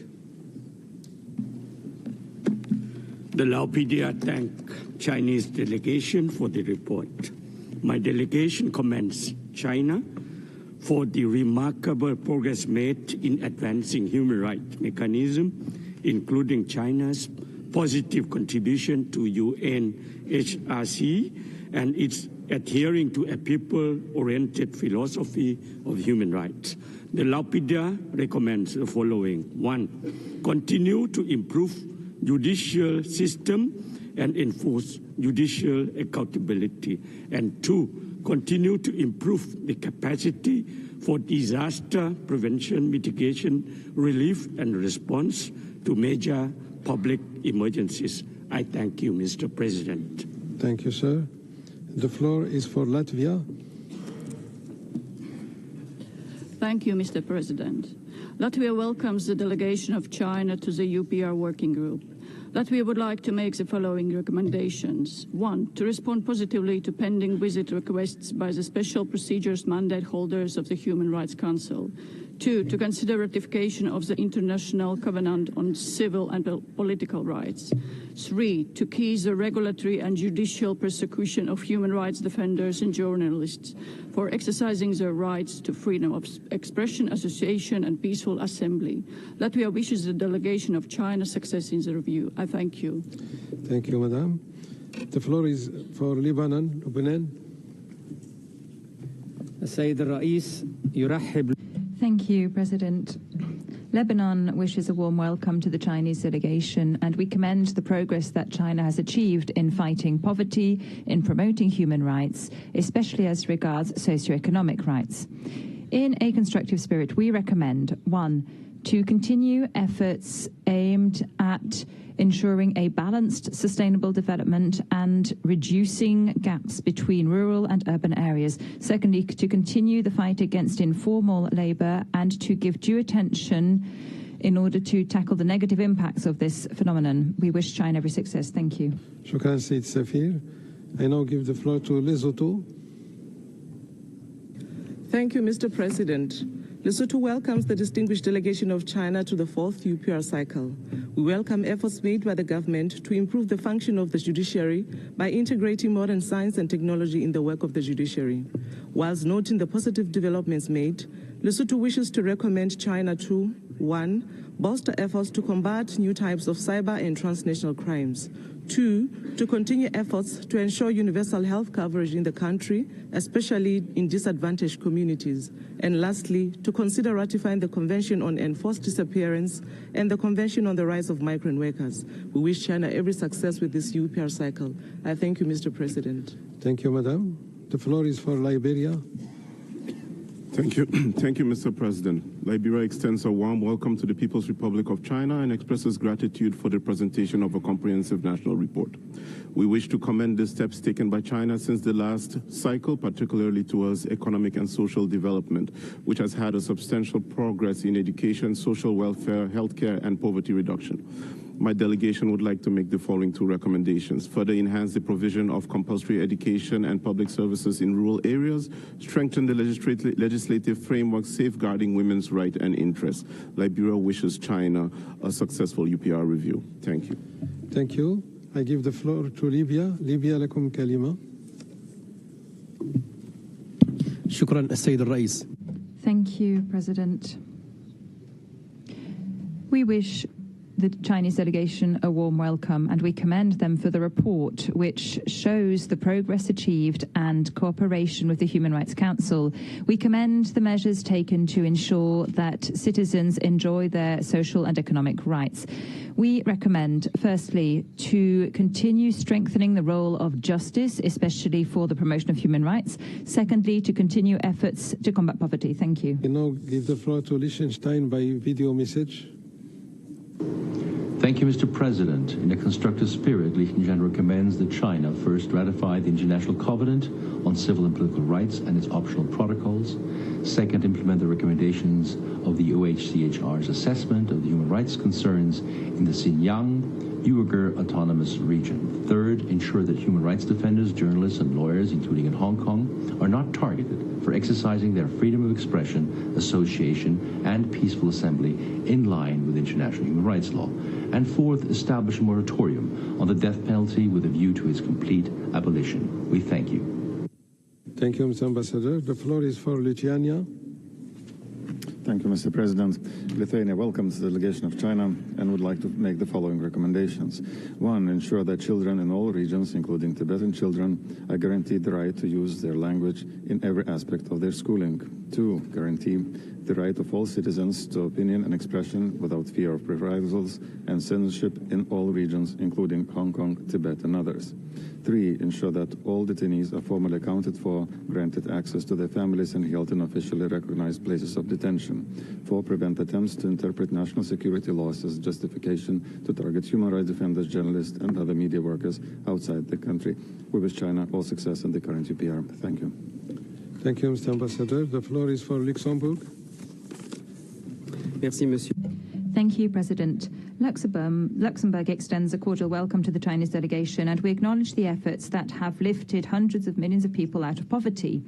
We have the following recommendations. 1. To ratify the ICCPR.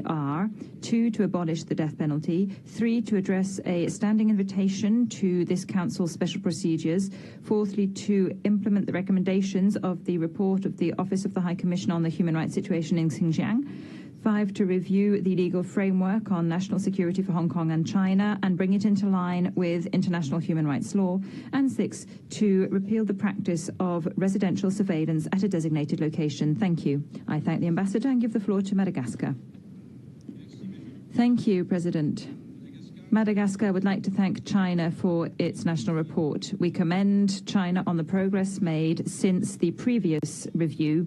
In particular, we commend its accession to the 1930 and 1957 conventions on the abolition of forced labor. We also commend the development and implementation of 4 national human rights plans. In a constructive spirit, Madagascar recommends 1. To fully implement the right to housing, ensuring that buildings provide accommodation for individuals and families with low income and not for speculation. And secondly, to step up efforts to ensure a sufficient and balanced development for the various facets of the population in urban and rural areas. Thank you. We wish China every success. Thank you. Malawi. Thank you, Mr. President. Malawi welcomes China to this review, and we note the progressive steps taken by China in the promotion and protection of human rights. We make the following recommendations. 1. Continue taking all measures to implement the Human Rights Action Plan 2021 to 2025.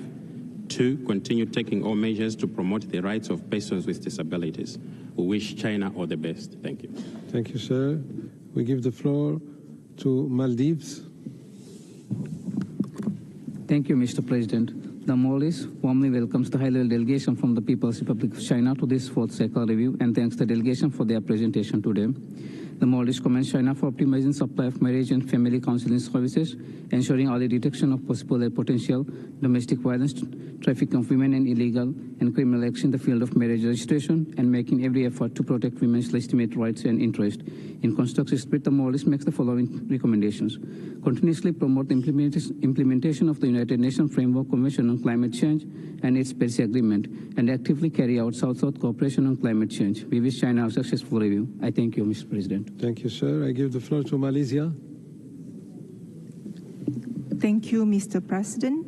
Malaysia commends China for the remarkable progress in economic and social development, especially in poverty eradication. In this spirit of constructive engagement, Malaysia recommends China the following.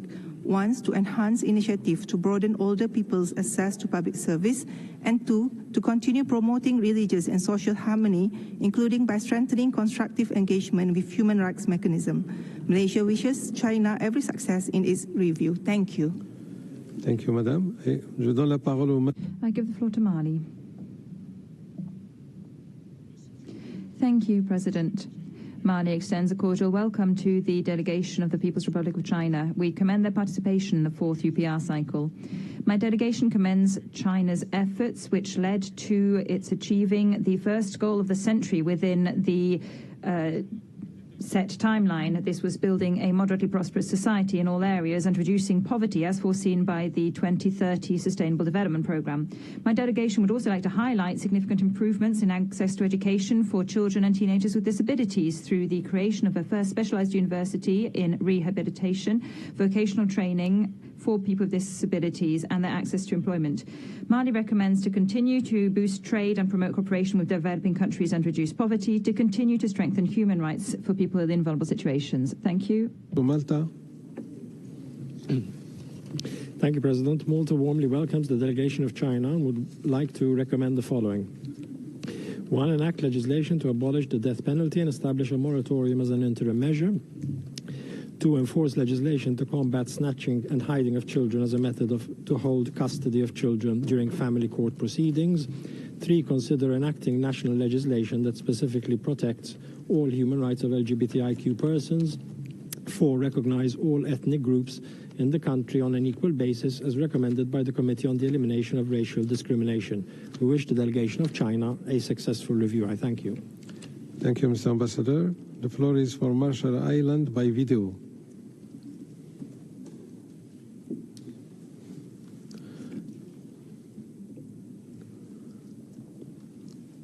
We're not hearing the video. Could we have the video, please? If not, we will probably come back to it later. So we then move to, I give the floor to Mauritania. Vous avez la parole. Thank you, Mr. Chair.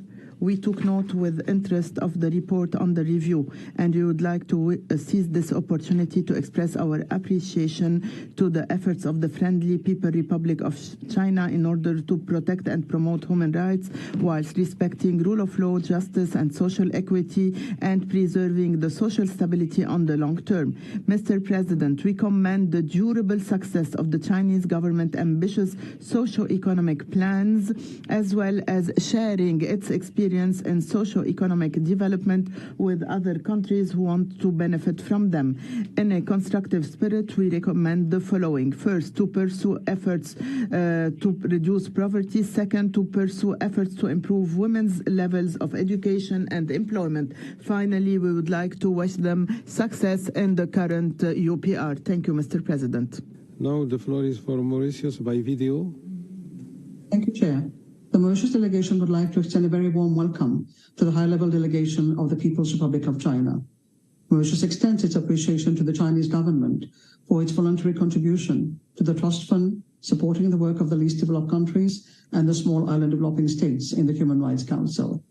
In a spirit of cooperation, we would like to recommend that China continue to improve the legal system for preventing and stopping sexual harassment in the workplace and provide effective legal remedies for victims. We wish the People's Republic of China a very successful review and continued progress. Thank you.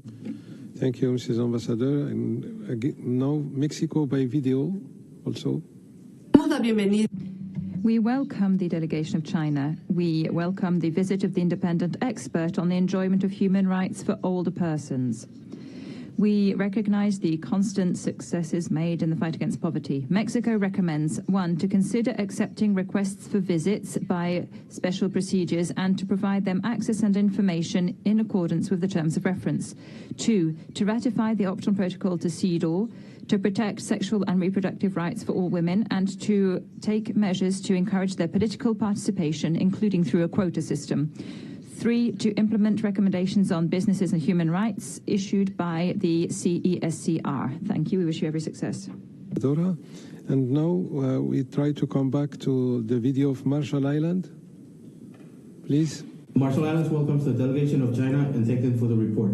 We recommend the following for consideration. 1, implement the recommendations of the CESCR to align with the Paris Agreement by increasing taxation on emissions, suspending ongoing financing for coal-fired power plants, and replacing fossil fuel by increasing renewable energy.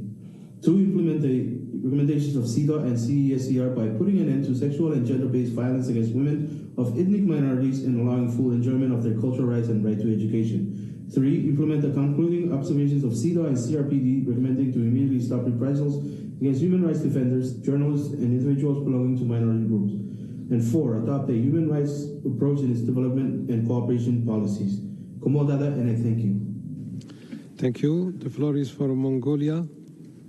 Thank you. Mongolia welcomes China's accession to the Convention on Forced Labor and Convention on the Abolition of Forced Labor.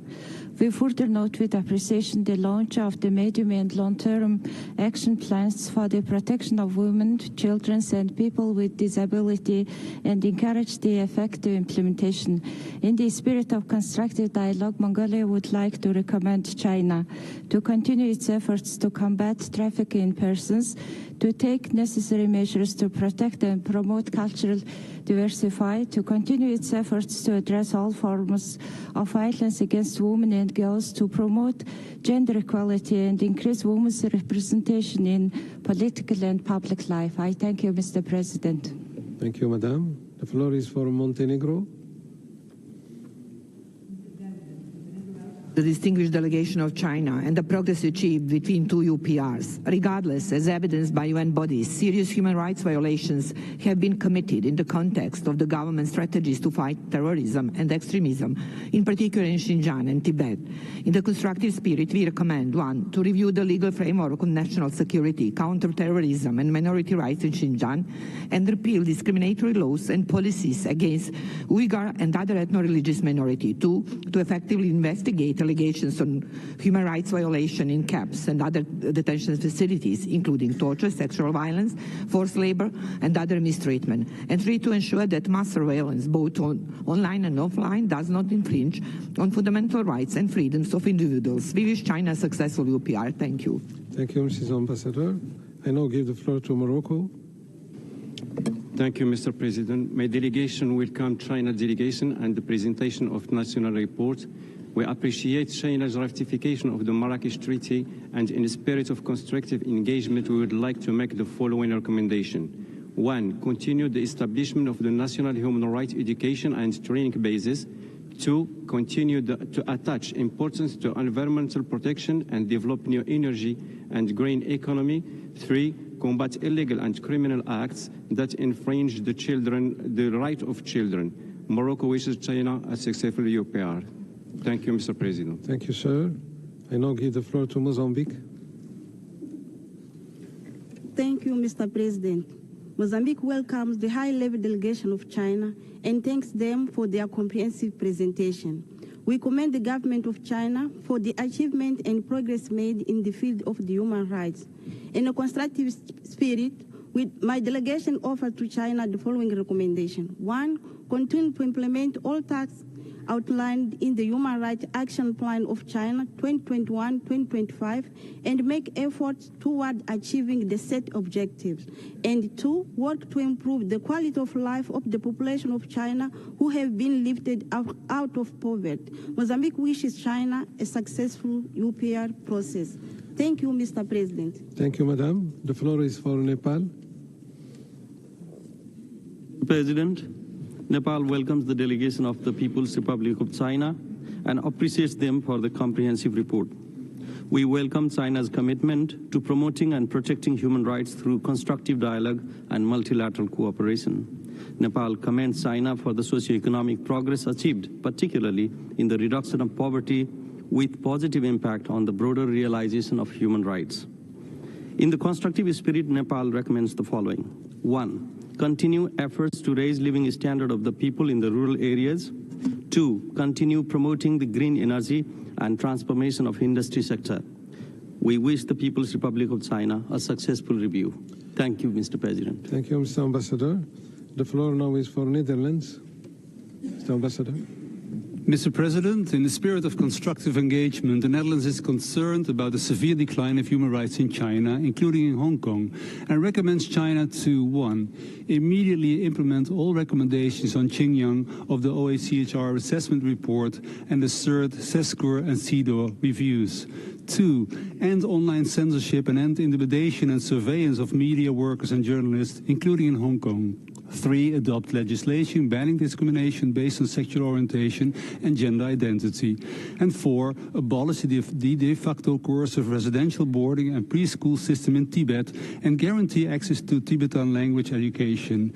We thank China for the ratification of 2 ILO forced labor conventions and encourage full implementation and wish China a successful review. Thank you. Thank you. The floor is for New Zealand.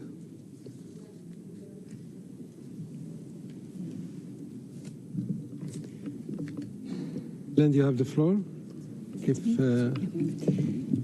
Mr. President, New Zealand welcomes China's presentation to this UPR session and recommends that China, 1, ratify the ICCPR and its second optional protocol, 2, implement the Human Rights Committee's 2022 recommendations to repeal the 2020 Hong Kong national security law and ensure processes to enact a new law are transparent and fulfill Hong Kong's commitments under the ICCPR, 3, implement the 2023 recommendations by CESCR and CEDAW on the right to freedom of thought, conscience and religion by ethnic and religious minorities, including ethnic Uyghurs and Tibetans.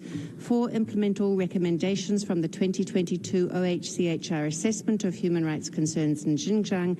And 5, strengthen national legislation and public policy to explicitly prohibit all forms of discrimination, including on grounds of sexual orientation and gender identity. We thank the delegation for their participation today. Thank you, Mrs. Ambassador. The floor is for Nicaragua. The government of Nicaragua would like to congratulate China on its presentation of the 4th UPR report. We also congratulate China on its achievements and victories in promoting and protecting human rights for all people without any discrimination.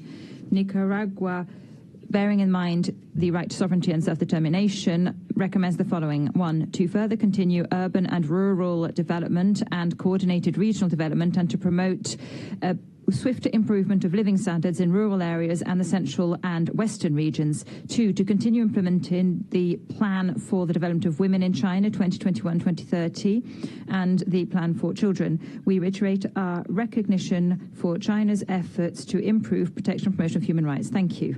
The floor, je donne la parole au Niger. I give the floor to Niger. Thank you, President. Niger extends a cordial welcome to the delegation of China. We congratulate China on the presentation of the national report.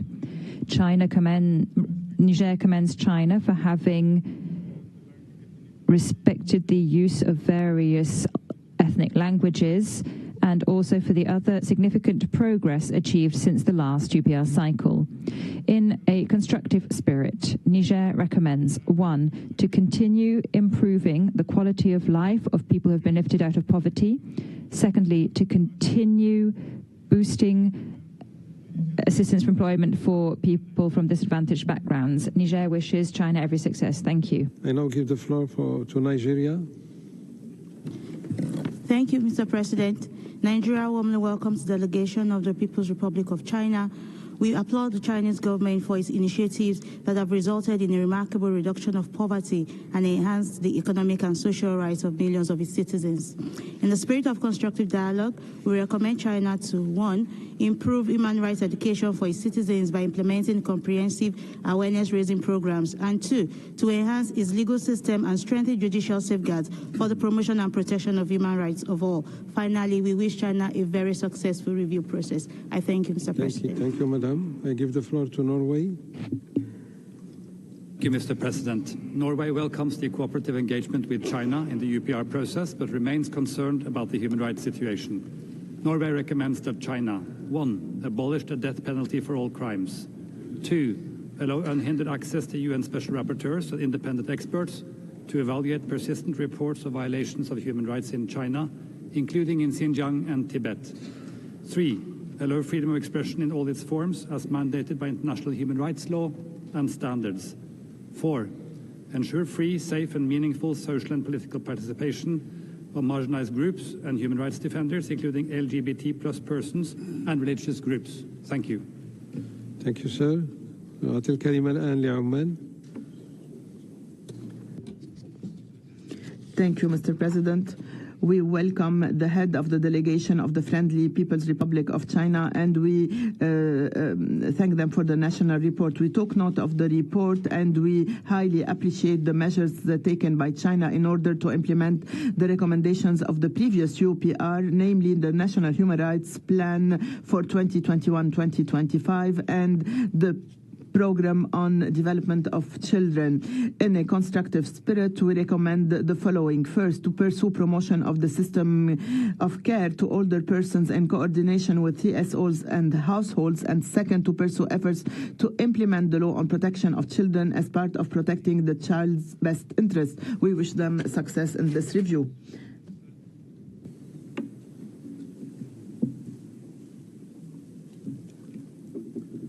Pakistan, you have the floor, please. Thank you, Mr. President. Pakistan warmly welcomes the delegation of China and thanks it for presenting a comprehensive national report. We commend China for protecting and promoting human rights, especially the unprecedented success in lifting 800 million people out of poverty and developing the world's largest education, healthcare, and social security systems. These are unparalleled achievements. Pakistan also appreciates China's continued commitment to guaranteeing the right to freedom of religion or belief in accordance with the law. In the spirit of constructive engagement, we recommend China to further enhance the synergy between the BRI and regional development programs, further intensify international cultural and religious exchanges, especially through more visits to Xinjiang and Tibet, and continue its leadership role in promoting economic, social, and cultural rights through South-South cooperation. We wish China every success in its fourth UPR. I thank you, Mr. President. Thank you, Mr. Ambassador. The floor is for Panama. Thank you very much, President. Panama welcomes the distinguished delegation of China. We thank them for the presentation of the fourth national report. We applaud China's efforts to implement recommendations accepted during the third review, and we'd like to highlight the approval of the law on the protection of the rights and interests of women and the first university specialized in rehabilitation. In a constructive mindset, we recommend that China continue to boost its efforts aimed at combating all forms of discrimination against women and girls during their entire lives through the ratification of the optional protocol to the Convention on the Elimination of All Forms of Discrimination Against Women. We wish China a successful fourth UPR. Thank you. Gracias, Senora. Thank you. Paraguay, Mr. Ambassador. Gracias, President. Thank you, President. A cordial welcome to the Chinese delegation and thank you for the report. We are concerned by the situation in certain regions of the country, but we do recognize the approval of the National Human Rights Action Plan 2021-2024. In this context, we have the following recommendations. 1, to ratify the human rights treaties to which China is still not a party. 2, to accept requests for visits from special procedures and to consider extending an open and standing invitation to them. 3, to take into account recommendations from the various treaty bodies and to ensure civil, political, economic, social and cultural rights of people belonging to ethnic, religious and linguistic minorities in China. And 4th, to roll out effective strategies for achieving a social protection system without any discrimination. Thank you. I give the floor to Peru. Thank you, President. A cordial welcome to the delegation of China. We thank China for the presentation. We acknowledge the progress achieved, in particular the coverage of the education system, healthcare, social assistance and poverty reduction. In a constructive spirit, Peru recommends 1, to consider extending an invitation to special procedures for country visits. 2, to bolster efforts to ensure cultural diversity and promote full enjoyment of economic, social and cultural rights. 3, to continue developing measures to ensure that the activities abroad carried out by companies that are under China's jurisdiction do not undermine but promote the exercise of human rights. We wish China a successful UPR and hope it will help improve human rights in your country. Thank you. Give the floor to Philippines. Thank you, Mr. President. The Philippines warmly welcomes China's delegation. We recognize China's strong advocacy for the right to development in the multilateral sphere and laud its determined efforts to operationalize this right domestically, resulting in significant gains in poverty alleviation. We also acknowledge the protection mechanisms put in place for foreign migrant workers, especially in Hong Kong SAR. In a constructive spirit, we recommend that China, 1, strengthen access to remedy mechanisms for foreign migrant workers, 2, expand access to education and health care of children, especially those in rural areas, with disability and others in situations of vulnerability, and 3, enhance human rights education in the primary and secondary levels. We wish China a successful review. Thank you. Thank you, Madam. I give the floor to Poland. Mr. Ambassador. Thank you, Mr. President. Poland thanks the delegation of China for the national report and its active participation in the UPR process. We welcome the continuous progress made in alleviating poverty in China. Poland offers to China the following recommendations. 1, to ratify the International Covenant on Civil and Political Rights as recommended before. 2, to respect the rights to freedom of religion or belief, opinion and expression, peaceful assembly and culture, including for Tibetans, Uyghurs and other minorities. 3, to grant the United Nations High Commissioner for Human Rights and the special procedures full access to all regions of China. We wish China a successful review. Thank you. I now give the floor to Portugal. Portugal welcomes the delegation of China and thanks for its national report. Portugal commends China for amending the law on the protection of women's right to include a definition of discrimination against women. We recommend that China ratifies the International Covenant on Civil and Political Rights and the UNESCO Convention Against Discrimination in Education, adopts a moratorium on the death penalty with the objective of its abolishment, and adopts legislation requiring companies to respect human rights with provisions on the right to a clean, healthy and sustainable environment and stricter rules on safe working conditions and workplace harassment. Portugal wishes China a successful review. We thank you. Thank you, sir. I now give Atil Karim Al-Anli, Qatar. I give the floor to the State of Qatar. Thank you, Mr. President. We would like to welcome the head of the Chinese delegation and thank them for the report. And we commend the efforts in order to implement the National Action Plan for Human Rights for 2021-2025, in addition to efforts to promote socio-economic development in a sustainable manner, raise living standards, and cooperate with human rights mechanisms. We would like to submit the following recommendations. Deploy efforts to establish a national human rights institution according to Paris principles. Second, to promote religious and ethnic rights of all minorities. And third, to take more measures in order to reduce inequalities in living standards between rural and urban areas. We wish them success in this review. Thank you.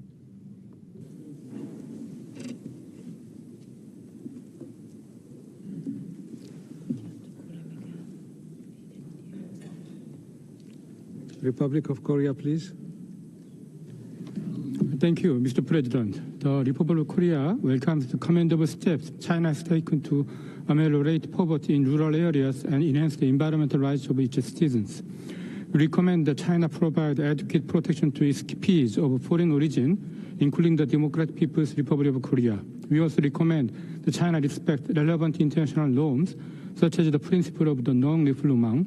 We further recommend that China consider adopting a national refugee law as part of its efforts to implement the 1951 Refugee Convention. Lastly, we recommend that China take steps toward ratifying the International Covenant on Civil and Political Rights. I thank you.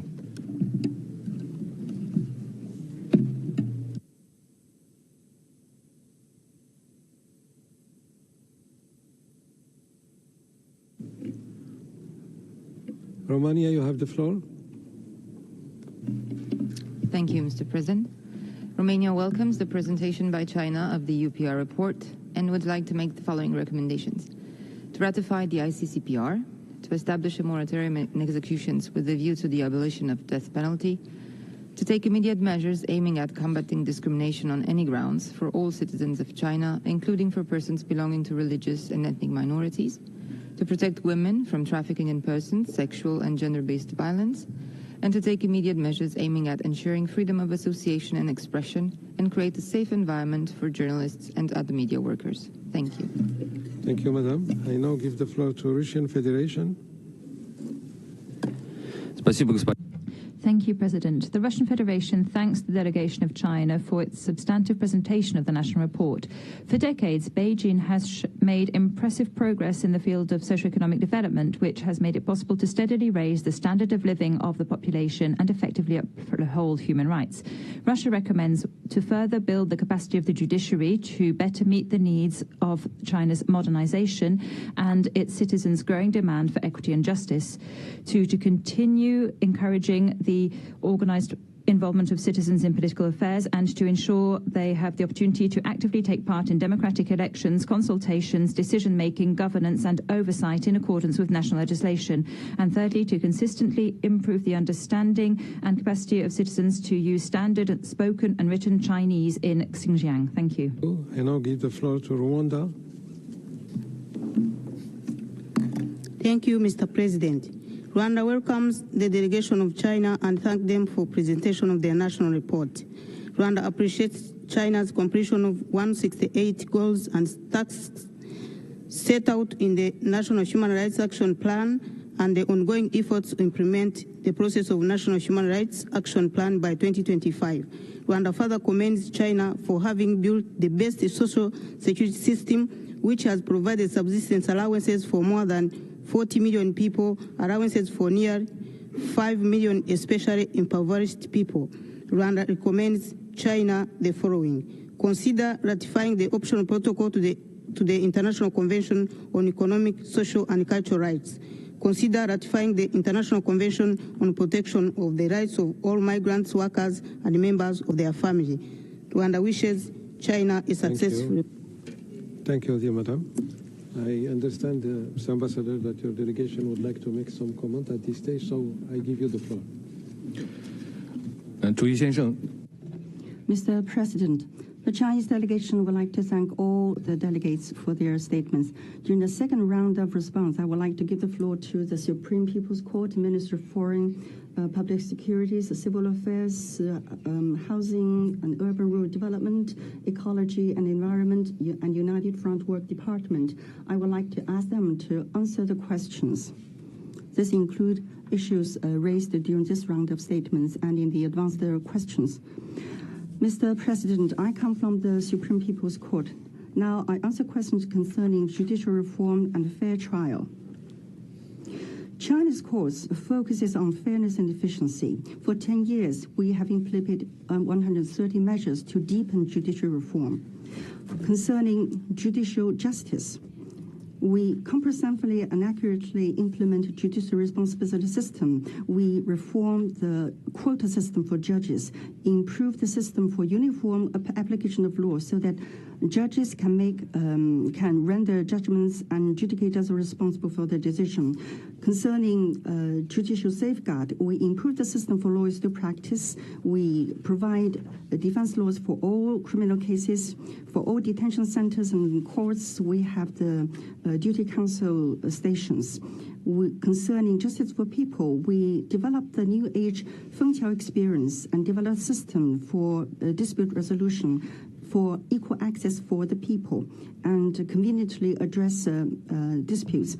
Concerning internet justice in Hangzhou, Beijing, Guangzhou, we have internet court to explore online case hearing for online cases and include the online litigation rules in civil procedure code so that in the internet age, the litigation system advances with the time. China retains death penalty, but we have strict control and judicious application of death penalty. China's legislative justice has strict substantive and procedural provisions so as for their restricted application and reduction in application. I'm from the Ministry of Public Security. I would like to answer questions concerning law enforcement and human rights protection while countering terrorism. We have a complete oversight of law enforcement. We have audio-video recording for law enforcement.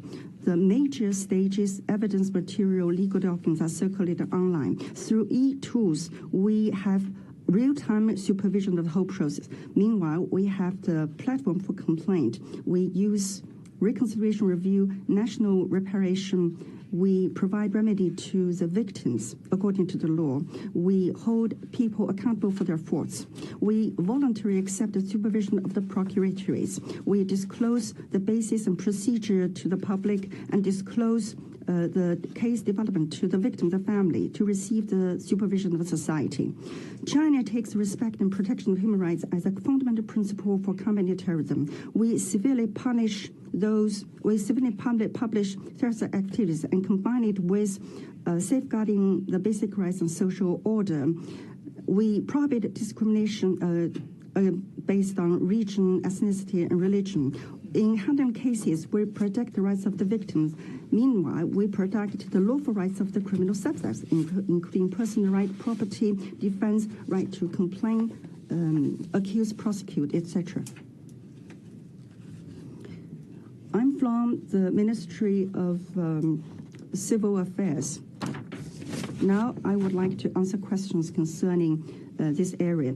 China actively protect the rights of free assembly. We have 887 social organizations registered. They play an important role for democratic consultation to service specific areas. Take poverty alleviation as an example. We have implemented 90,000 projects, raised 120 billion people, and benefited over 100 million people. We continue to improve social assistance system. Now, annually on average, 40 million people benefit from subsistence allowance, with especially impoverished people accounting to 5 million people. We have ensured that all those people entitled can receive support. We value protecting the rights of specific groups. Now, orphans, on average, receive subsidy amounting to 1,885 and 1,439 yuan. We have established a national basic old age service system. 30 million older people enjoy all kinds of benefits. We develop elderly-friendly society. We develop elderly-friendly transportation service. We address their digital technology problems and develop their education. We have established 55,000 learning centers, cultural facilities, gymnasiums, and we have those tourist sites open to those old people free of charge. Thank you. Mr. President, I'm from the Ministry of Human Resources and Social Security. Now I'll answer questions concerning employment, social security, and workers' rights and interests protection. In recent years, China enjoys stable employment, and we have achieved adequate employment for 1.4 billion people. Since 2012, the national urban employment increased by 13 million. Last year, it increased by 11 million. China has established the largest social security system. Basic pension insurance, basic health care, unemployment, working place insurance cover 1 billion, 1.3 billion, 240 million, 290 million people respectively. China makes progress in the protection of workers' rights, including women employees, migrant workers, people with disabilities, and platform workers. All of them have equal access to employment and basic public service. Concerning forced labor, China's criminal law and relevant labor laws and regulations clearly provide for sanction against the forced labor. China has voluntarily ratified the 2 conventions on forced labor, which shows China's firm position against the forced labor. It also showcases China's role as a big nation in international labor governance and building a community of shared future. We will continue to work with our social partners, enhance our cooperation with ILO, and implement the conventions. Thank you. I'm from the Ministry of Housing and Urban Rural Development. Now I answer questions concerning right to housing. Proceeding from China's situation, China plays a major role in providing basic housing security. This includes public rental housing, affordable rental housing, and rational affordable housing. The first one is mainly provided by the government. It combines in-kind physical security and rental subsidy. It's for people with housing difficulty in urban areas. Affordable rental housing is for cities with net population inflow. The government provides policy support. It has multiple sources of import and multi-channel support. It's for people who are new residents and young people. Rationed affordable housing is for big cities. It's explored in big cities. Through allotment, it's to provide housing for wage-earning group. Now, China has established the largest housing security system. Cumulatively, we have built 90 million units of affordable housing, which benefited 200 million people. Concerning rural housing security, China, as part of its poverty vision plan, has rehabilitation of detabulated housings 2013 to 20. China central government provided 18 million support to 80 million people. And China has established a long-term mechanism for housing safety and security for rural low-income groups. Thank you. I'm from the Ministry of Ecology and Environment. Now I answer questions concerning the concept of environment protection achievement. As a major participant and leader of ecological civilization, China upholds the idea of lucid waters and lush mountains as invaluable assets. We enhance ecological protection in all areas. We deepen green low-carbon development and build a beautiful China. From 2013 to 2022, China's average fine particulate matter concentrate dropped by 57% and achieved the fastest improvement in atmospheric quality. We improve environmental law, ecological civilization is written in Constitution. Civil Code established a green principle as a fundamental principle. Environmental protection law will establish public participation as a basic principle and has chapters on public information, public participation. We actively participate in global governance, climate change. We led the global drive for Kunming-Montreal Global Biodiversity Framework. We safeguard UNFCCC Paris Agreement targets, principles, and systems. We made solemn carbon peaking and neutrality promises. We promote green transformation of industry and structural readjustment. Renewable energy is the largest in scale. Wind energy installed solar energy capacity accounts for 1/3 of the total. New energy vehicle sales account for #1 in the world. I am from the United Front Work Department of CPC. Now I answer questions concerning Tibet. Tibet is one of the 5 provincial ethnic autonomous regional autonomous regions. The people elect their deputies. They manage their affairs with autonomy. They participate in state affairs management. They have the right to information and expression and vote concerning local affairs. The public officials account for 70%. Heads of administration are mostly of ethnic origin, which guarantees their important role in public affairs. Tibet is in a plateau. The natural environment is not helpful to economic development. China has a strategy to help Xizang. From 51 to 22, the central government has invested in total 1.72 trillion RMB, organized 17 provinces, cities, and 17 state enterprises to provide support to their counterparts in Xizang. Therefore, Tibet's GDP growth rate has maintained at 10%. It removed the absolute poverty in Tibet. It fully shows China's governing philosophy of leaving no ethnic group, no region behind. The Chinese government values the cultural rights of the Tibetan people. Now, Tibet has 1,700 temples, 4,600 monks. Normal religious activities are protected by law. The schools there have bilingual teaching. Tibetan language, now bilingual teachers are more than 30,000. Tibetan language teachers are 8,300. All the government documents, legal documents, newspapers, radio, television, all of those are in national language and Tibetan language. The Tibetan language is very well guaranteed.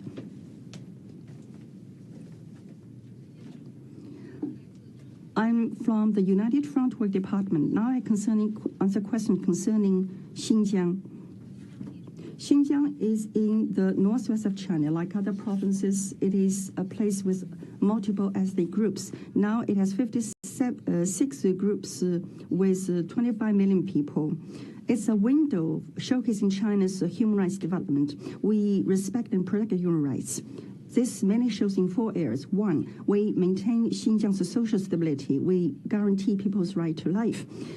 In Xinjiang, we combat terrorism according to the law. We, to the maximum degree, guarantee basic human rights. For 7 years, there has been no cases of violence and terror. The society enjoys stability and good life. 2, we support Xinjiang's economic development. We improve the material basis for human rights protection. With the support of the central government and other provinces, the Xinjiang area enjoys good economy. In 2022, the gross national regional GDP is 1.7 trillion, which is 1.92 times the 2021 era. 14 prefectures has high level. It has 25 civil airports. 3, we improve people's life, improve social development. By 2022, the urban-rural per capita disposable income was 2.41, 2.2 times the level of 2012. Many people moving into new houses, and we have achieved 3 free health checkup. 4, we develop and protect culture. The Weiwar Mukam art and the Jesus epic manner, they are inscribed in the UN list of intangible cultural heritage. We use the national general language system and also use more than 10 ethnic languages. Thank you. Mr. President, now I would like to answer some questions concerning China's ratification of more international human rights instruments, including ICCPR. China has acceded or ratified 29 instruments, including 6 core UN human rights conventions. China values ratifying ICCPR, and we have been promoting relevant legal work to create conditions. The Convention concerns the political legal issues of a country, and relevant departments in China, in a sincere and responsible attitude, study the issue. As to when to ratify, it depends on when the national conditions are ready. Concerning suppressing human rights defenses, China is a country of rule of law, and everyone is equal before the law. There's no person, no place beyond the law, and no profession, no identity can be an excuse for evasion of justice. This is the case in all the countries of rule of law. There are certain people under the guise of human rights defenders, political descendants, and labor rights defenders. They act in violation of law. They touch the red line of law. They are punished by law. This is not because of their ideas or their identity, but because they have violated law. The so-called punishment for political idea, for expression, these are misleading, discrediting with ulterior motive. This fully shows the principle of rule of law, the principle of equality before the law. This is the end of our second round of replies. Thank you. I thank the delegation of China for its comments and developments, and let's move back to the list of speakers of our interactive dialogue, and then I gave the floor to Samoa. Mr. President, Samoa extends our appreciation to the delegation of China for their report and welcomes them to Geneva. We commend China's achievement in completing all goals in the 2016-2020 National Human Rights Action Plan and significant contributions towards the implementation of the 2030 Agenda locally and worldwide. Our recommendations are as follows. 1. Ratify the Convention on Enforced Disappearances. 2. Ratify the TPNW. 3. Scale up climate mitigation measures and reduce fossil fuel consumption to ensure that global commitments are met. And 4. Continue to uphold the goals and principles of the UNFCCC and its Paris Agreement. We wish the People's Republic of China every success. I thank you. Thank you, Madam. وأعطي الكلمة للعربية السعودية. شكرا السيد الرئيس. نرحب بوفد Saudi Arabia. Thank you, President. We welcome the Chinese delegation and thank it for its presentation. We commend China's commitment to cooperating with international human rights mechanisms. We have taken note of your report and welcome the improvement in education, notably by incorporating human rights education into the curriculum. Recommendations disseminate best practices on the rights of persons with disabilities, pursue efforts to hold the World Human Rights Forum and similar initiatives. We thank you for... I now call upon the delegation of Senegal. Thank you, President. We bid a warm welcome to the Chinese delegation and congratulate you on the presentation of your national report. We commend the implementation of a number of laws in the area of human rights, contributing to strengthening the legal framework for promoting and protecting human rights. We welcome these efforts, and in constructive spirits we have the following recommendations. 1.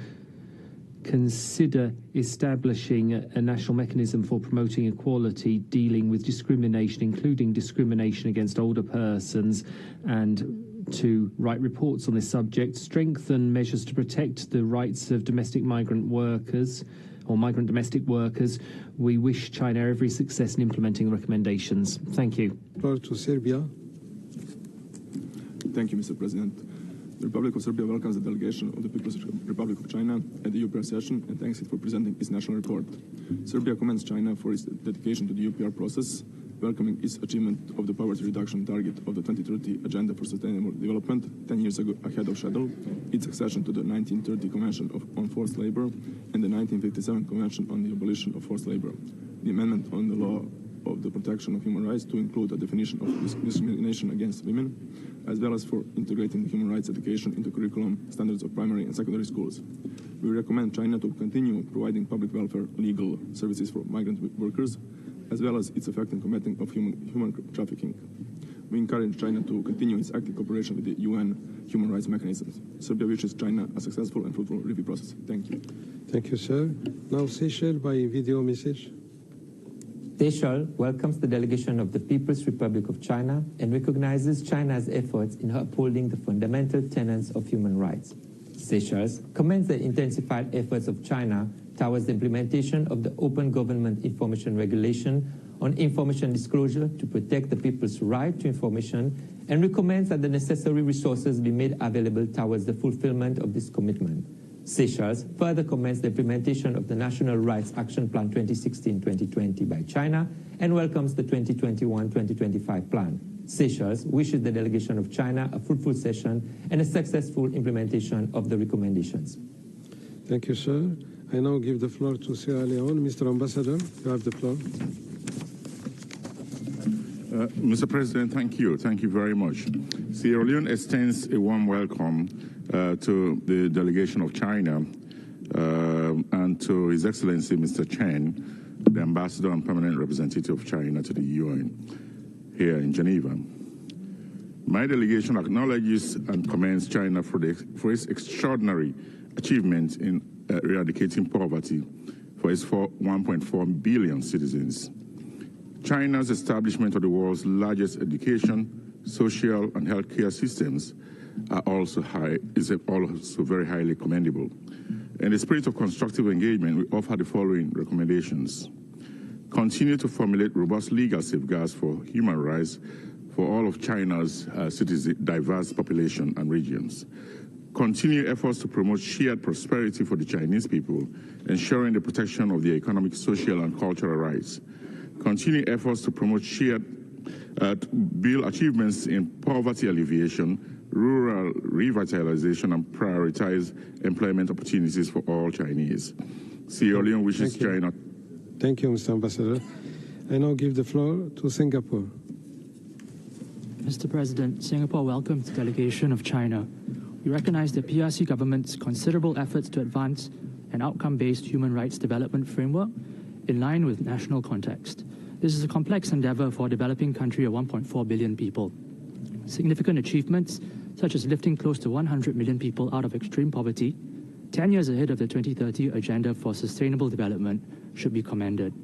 To further these efforts, we recommend that China, first, continue tackling root causes of poverty, including by developing human capital in rural areas. Second, continue equipping its citizens to harness and enjoy the benefits of digital technologies. And third, continue cooperating with UN agencies such as UNODC to protect citizens against grave transnational threats like the world drug problem. I thank you. Thank you, sir. I give the floor to Slovenia. Thank you, Mr. President. Slovenia takes note of the national report presented by the Chinese delegation and its commitment to the UPR process. Slovenia would like to make the following recommendation: to establish a moratorium on the death penalty as a first step towards its abolition. We are concerned by the reports on serious human rights violations committed in the Xinjiang region and support recommendations made by the Office of the High Commissioner for Human Rights, ILO, and other relevant treaty bodies. Slovenia welcomes the efforts for the inclusion of all children with special needs in the educational system. I thank you. Thank you, Mrs. Ambassador. Now, Solomon Island by video. Solomon Islands thank China for the human rights report. We value China's modernization process based on social equity and justice, which offers valuable lessons in the delivery of the UN 2030 agenda. We acknowledge China's global initiatives to promote human rights and sustainable development. The primary actor in the international system is the state. Therefore, the state has the responsibility to promote and defend human rights. Solomon Islands respects the One China and Two System policy and welcomes the chapters of the report on Hong Kong and Macau. Thank you. Thank you, sir. I now give the floor to Somalia.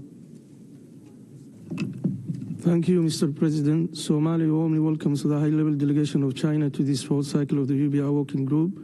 We commend the importance China attaches to the protection and inheritance of ethnic minority cultures and its further efforts to protect their basic cultural rights. We also commend China's remarkable achievement in advancing its energy revolution and the important contribution made to sustainable energy development globally. In a spirit of constructive dialogue, Somalia recommends the following: continue to promote the energy revolution and build a clean, low-carbon, safe, and efficient energy system to enhance supply capabilities. Pay attention to challenges posed to human rights protection in the digital age and take necessary measures to bridge the digital divide. Somalia wishes China every success in this review. I thank you, Mr. President. Thank you, sir. I give the floor to South Africa. Mr. President, South Africa welcomes the distinguished delegation of China to this UPR session. We commend the strides made by China in bolstering the provision of education, social security and healthcare for all, together with those activities undertaken that seek to address the challenge of absolute poverty. These efforts will no doubt go a long way to improve the quality of the lives of the Chinese people. South Africa wishes to make the following recommendations: strengthen the enforcement of the 2016 anti-domestic violence law, augment the provision of reproductive health services, and ensure victims of hate crimes and hate speech receive the requisite support to facilitate reporting and receive effective remedies. We wish China a successful review. I thank you. Thank you, Madam. I now give the floor to South Sudan. Thank you, Mr. President. South Sudan warmly welcomes the delegation of China to the UPR fourth cycle.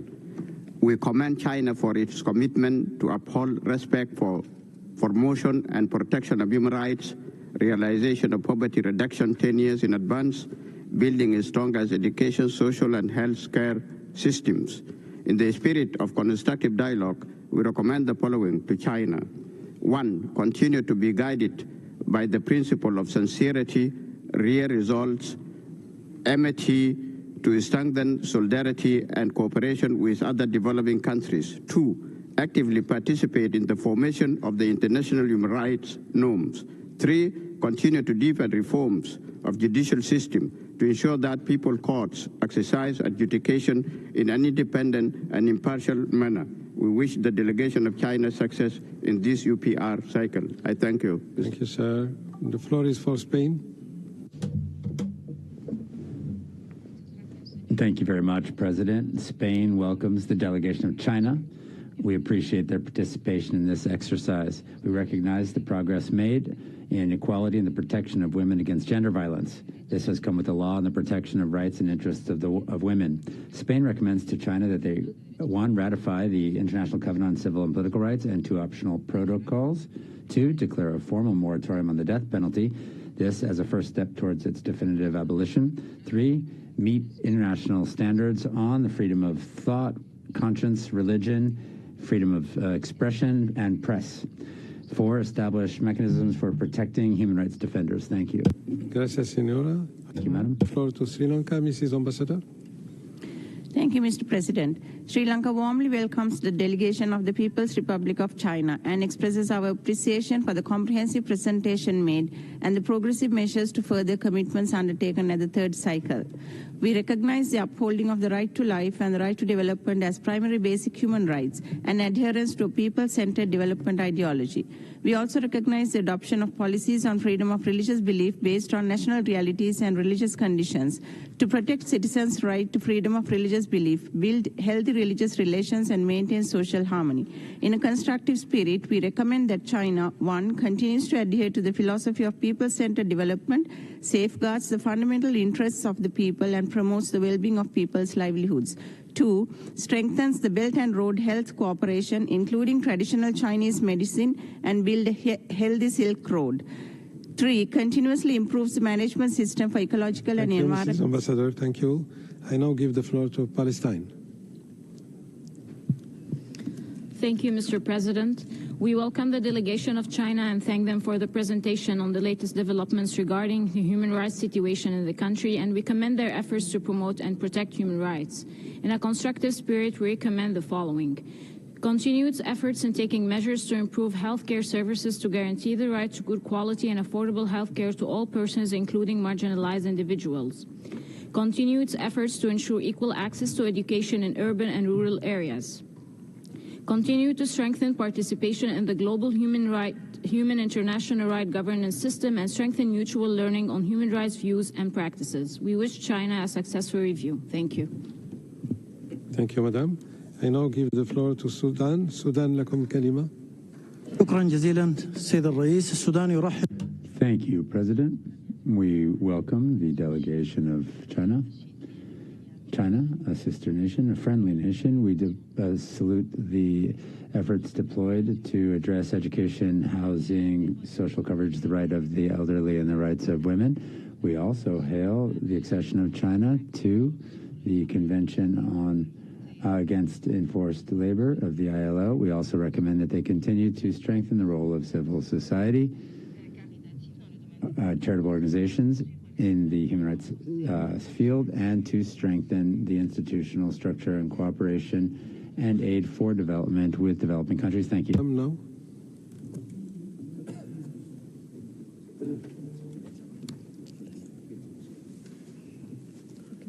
Suriname, please, you have the floor. Thank you, President. The delegation of China thanks them for the presentation today and appreciates the efforts taken since the last UPR. We are taking note of the national report of China and all other relevant reports in this regard. Suriname warmly congratulates China for a successful review and wish them all success in implementing the accepted recommendations. I thank you, President. Thank you, sir. The floor is for Sweden. Mrs. Ambassador. President, the human rights situation in China, including Hong Kong, is seriously concerning, especially regarding restrictions on the right of freedom of expression and of persons belonging to minorities. Sweden recommends 1. Take urgent steps to fully respect the rights of ethnic and religious minorities, especially in Xinjiang and Tibet. 2. Abolish or reform the use of residential surveillance at the designated location and other forms of extrajudicial detention to ensure compliance with international human rights law. 3. Take urgent steps to ensure that all persons, including human rights defenders, journalists, persons belonging to LGBTIQ communities, and advocates for women's enjoyment of human rights, can fully exercise their freedom of expression and information. I thank you. Thank you. Je donne maintenant la parole à la... I now give the floor to Switzerland. Thank you, President. Switzerland welcomes the delegation of China, and we make the following recommendations. 1.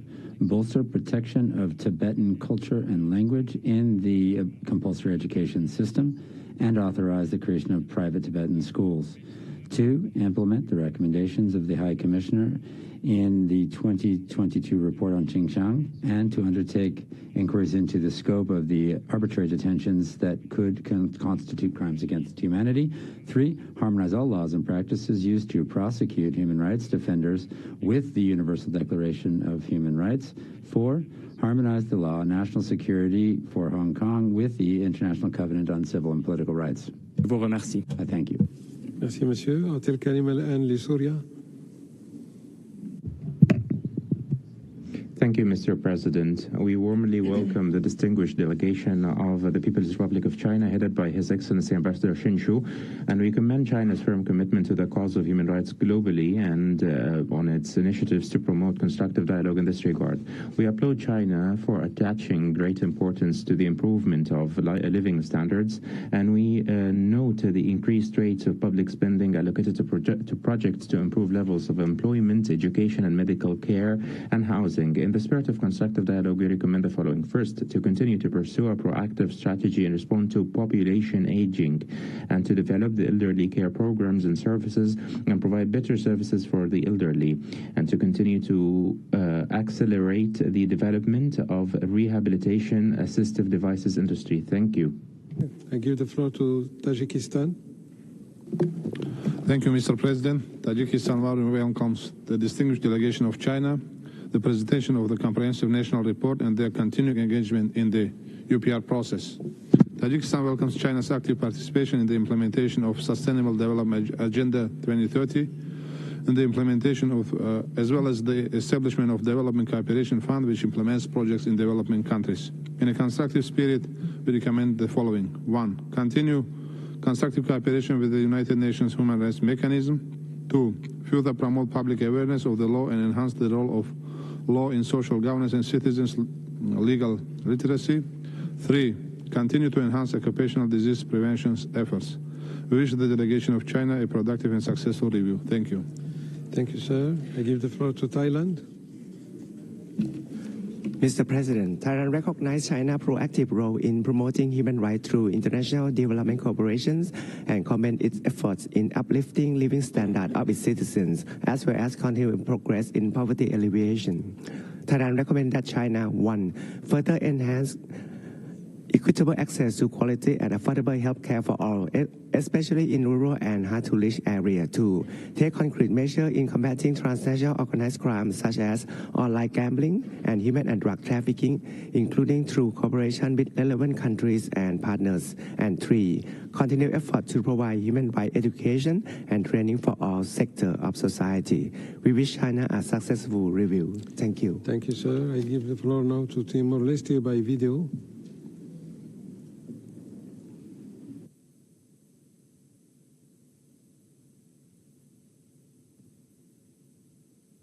Commends the progress made by China on human rights since its last UPR.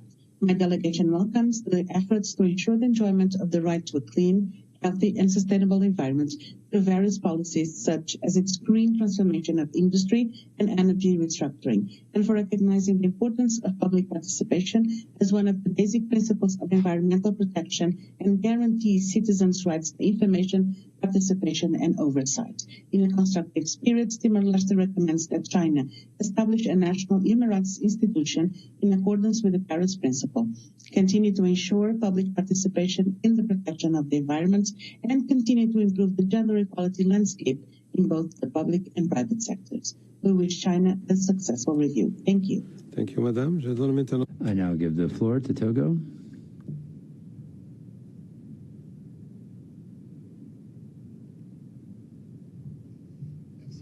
Thank you, President.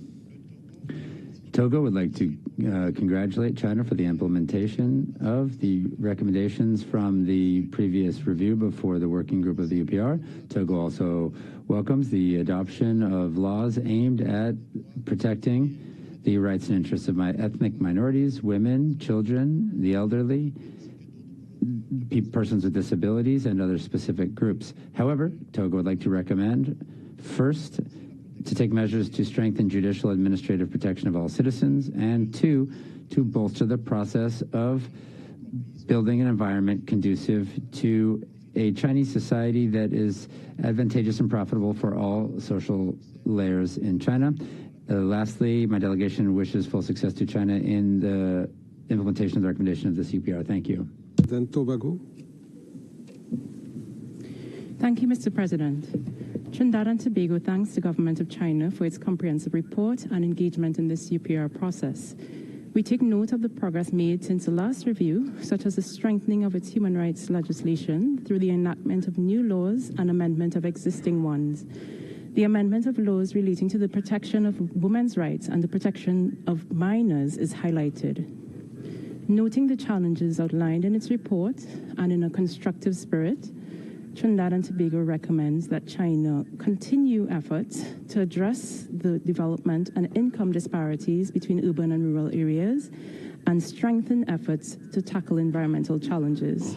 We wish the delegation of China a productive review. Thank you. Thank you, Madam. Atil Karim and Tunis, Said Safir.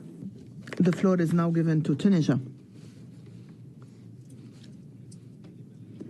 I give the floor to Tunisia. Your Excellency, Ambassador. Thank you, Mr. President. My country's delegation would like to welcome the Chinese delegation and thank them for the national report. We commend the efforts taken by the government to implement the previous UPR's recommendations and adopting many laws and policies to promote human rights. We highly appreciate the Chinese government's interest in the issue of employment and adopting a strategy for employment as a priority. We recommend the following: pursue efforts to protect personal information and the human dignity of citizens. Second, to promote oversight on safety in main industries. And third, to continue improvement of legal aid and national judicial aid system. We wish the Chinese delegation success in this UPR. To Turkey. Turkey welcomes the delegation of China and thanks them for their presentation. We commend the enhancement of the right to development, notably the progress achieved to alleviate poverty and improvement of infrastructure and access to healthcare services in society, including the ethnic communities. That said, China should continue its endeavors to improve overall conditions of all components of its population, including the Uyghur Turks, with full respect to their distinct identity, religion, and language. We recommend China to uphold and ensure universal human rights, continue efforts towards improving healthcare and infrastructure services in rural areas, strengthen measures to improve the conditions of all vulnerable groups, such as the disabled and the elderly, and guarantee their social rights, work closely on human rights issues with the relevant international bodies. We wish China a successful review. Thank you. Thank you, Madam. I now give the floor to Turkmenistan. Thank you. Mr. Chair, Turkmenistan welcomes the distinguished delegation of the People's Republic of China and thanks for the detailed presentation for its national report. While positively noting the measures taken by China to strengthening the constitutional, legislative and institutional framework to promote and protect human rights, Turkmenistan would like to submit the following recommendations. First, consistently implement national programs and plans to ensure the human rights. Second, to pursue efforts aimed at promoting rights of children, women, persons with disabilities, ethnic minorities. In conclusion, Turkmenistan wishes the government of China a successful UPR review. Thank you. Thank you, sir. The floor is for Uganda. Thank you, Mr. President. We congratulate the delegation of China upon the presentation of her report and commend the government for dedicated attention to socio-economic rights that positively influence the enjoyment of all the other rights. In the spirit of constructive dialogue, Uganda makes two recommendations. One, strengthen national mechanisms to protect rights of the girls and women by including them in political decision-making. Two, continue to strengthen the existing laws and make policies to protect the rights of economic migrants, especially migrants of African descent. Uganda wishes China a successful review. Sheshe. Thank you, Madam. I now give the floor to Ukraine, Mrs. Ambassador. Thank you, Mr. President. Ukraine welcomes the delegation of China and thanks for the presentation of the report. We commend China's commitment to the promotion of humanity's common values, which embrace universal and inalienable human rights. In the spirit of constructive engagement, the Ukrainian delegation would like to recommend to implement the goals of strengthening democracy, expanding people's participation in political affairs, and protecting their enjoyment of human rights and freedoms, to ratify all human rights treaties to which it's not yet a party, to cooperate fully with the UN human rights mechanisms, to intensify efforts to prevent, detect, and combat trafficking in persons. We wish China a successful review. Thank you. I now give the floor to the United Arab Emirates. To welcome and thank the Chinese delegation for the comprehensive presentation of their national report.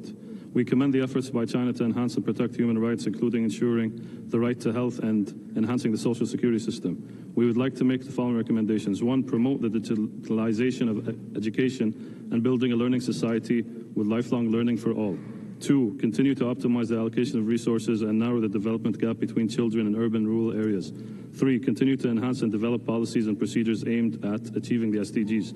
Finally, we wish China all success in the spirit of constructive and interactive dialogue. Thank you, Mr. President. Thank you, Mr. Ambassador. The floor is for United Kingdom. Mr. Ambassador. There's 4 recommendations. 1, cease the persecution and arbitrary detention of Uyghurs and Tibetans and allow genuine freedom of religion or belief and cultural expression without fear of surveillance, torture, forced labor or sexual violence, and implement OHCHR recommendations on Xinjiang. 2, repeal the law on safeguarding national security in Hong Kong as recommended by the UN and cease prosecutions, including of Jimmy Lai. 3, guarantee an impartial judiciary and cease harassment of lawyers, the use of the death penalty, and residential surveillance in a designated location. 4, cease the restrictions of civil society and independent media and forced repatriations, and stop targeting human rights defenders. Merci, Monsieur le Président. Merci. I now give the floor to the United Republic of Tanzania. Thank you, Mr. President.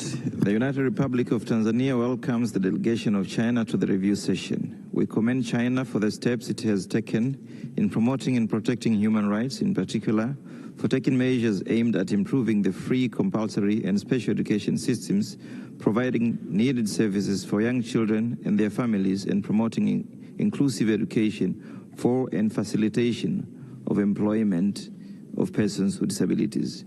Recognizing that poverty and inequalities have negative impact on human rights, we applaud China for providing development assistance to developing countries, which is vital in developing equal opportunities. We recommend China to step up measures to reduce the gap in development and income distribution between rural and urban areas. We wish China a successful review session. Thank you, Mr. Ambassador. I now give the floor to United States of America. Mrs. Ambassador. We recommend that China release all arbitrarily detained individuals, many of whom were named by the UN Working Group, cease harassment, surveillance, and threats against individuals abroad and in China, including Xinjiang, Tibet, and Hong Kong, cease discrimination against individuals' culture, language, religion, or belief, and forcible assimilation policies, including boarding schools in Tibet and Xinjiang, and torture, unjust residential detention, and persecution throughout China, and forced labor, marriage, birth control, sterilization, abortion, and family separation in Xinjiang, repeal vague national security, counter-espionage, counterterrorism, and sedition laws, including the national security law in Hong Kong, and repressive measures against women, LGBTQI+ persons, laborers, and migrant workers, including in Hong Kong and Macau. Permit the UN unhindered and meaningful access, particularly in Xinjiang and Tibet. We condemn the ongoing genocide and crimes against humanity in Xinjiang and transnational repression to silence individuals abroad. I thank you. Thank you. I now give the floor to Uruguay. Thank you, President. Uruguay welcomes the delegation of the People's Republic of China. We thank them for their national report. We hail progress made in gender equality and the presentation of the development system for the women 2021-2030. We recommend, 1, to continue efforts aimed at ensuring the full enjoyment of the right to freedom of expression, 2, adopt and implement policies aimed at safeguarding access to education, employment, and health for LGBTI persons, 3, strengthen measures to guarantee the protection of those seeking refugee status and non-refoulement. We wish them the best. Thank you. Thank you, Chair. Uzbekistan warmly welcomes the delegation of China and thanks for presentation of comprehensive national report. We highly appreciate China's consistent efforts to protect and promote human rights, including the political, civil, social, and cultural rights of all citizens. Measures taken in China in a wide range of areas related to protection of human rights demonstrate government's commitments to its international obligations in the field of human rights protection. We especially know the importance of continuing China's efforts to ensure and protect human rights of women and children, including persons with disabilities, as well as development of education and healthcare systems.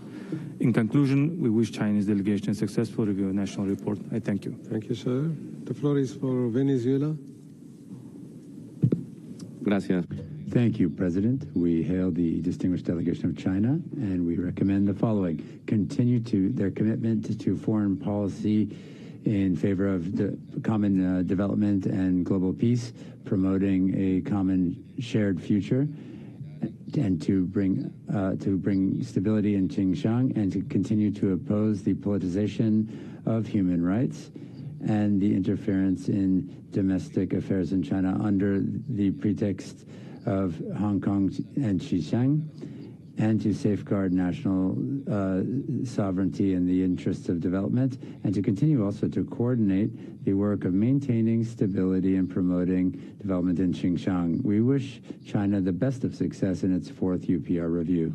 Ambassador. Thank you, Ambassador. Is for Vietnam.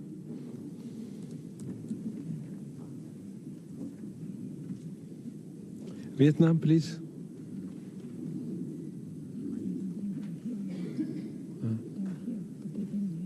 Mrs. Ambassador?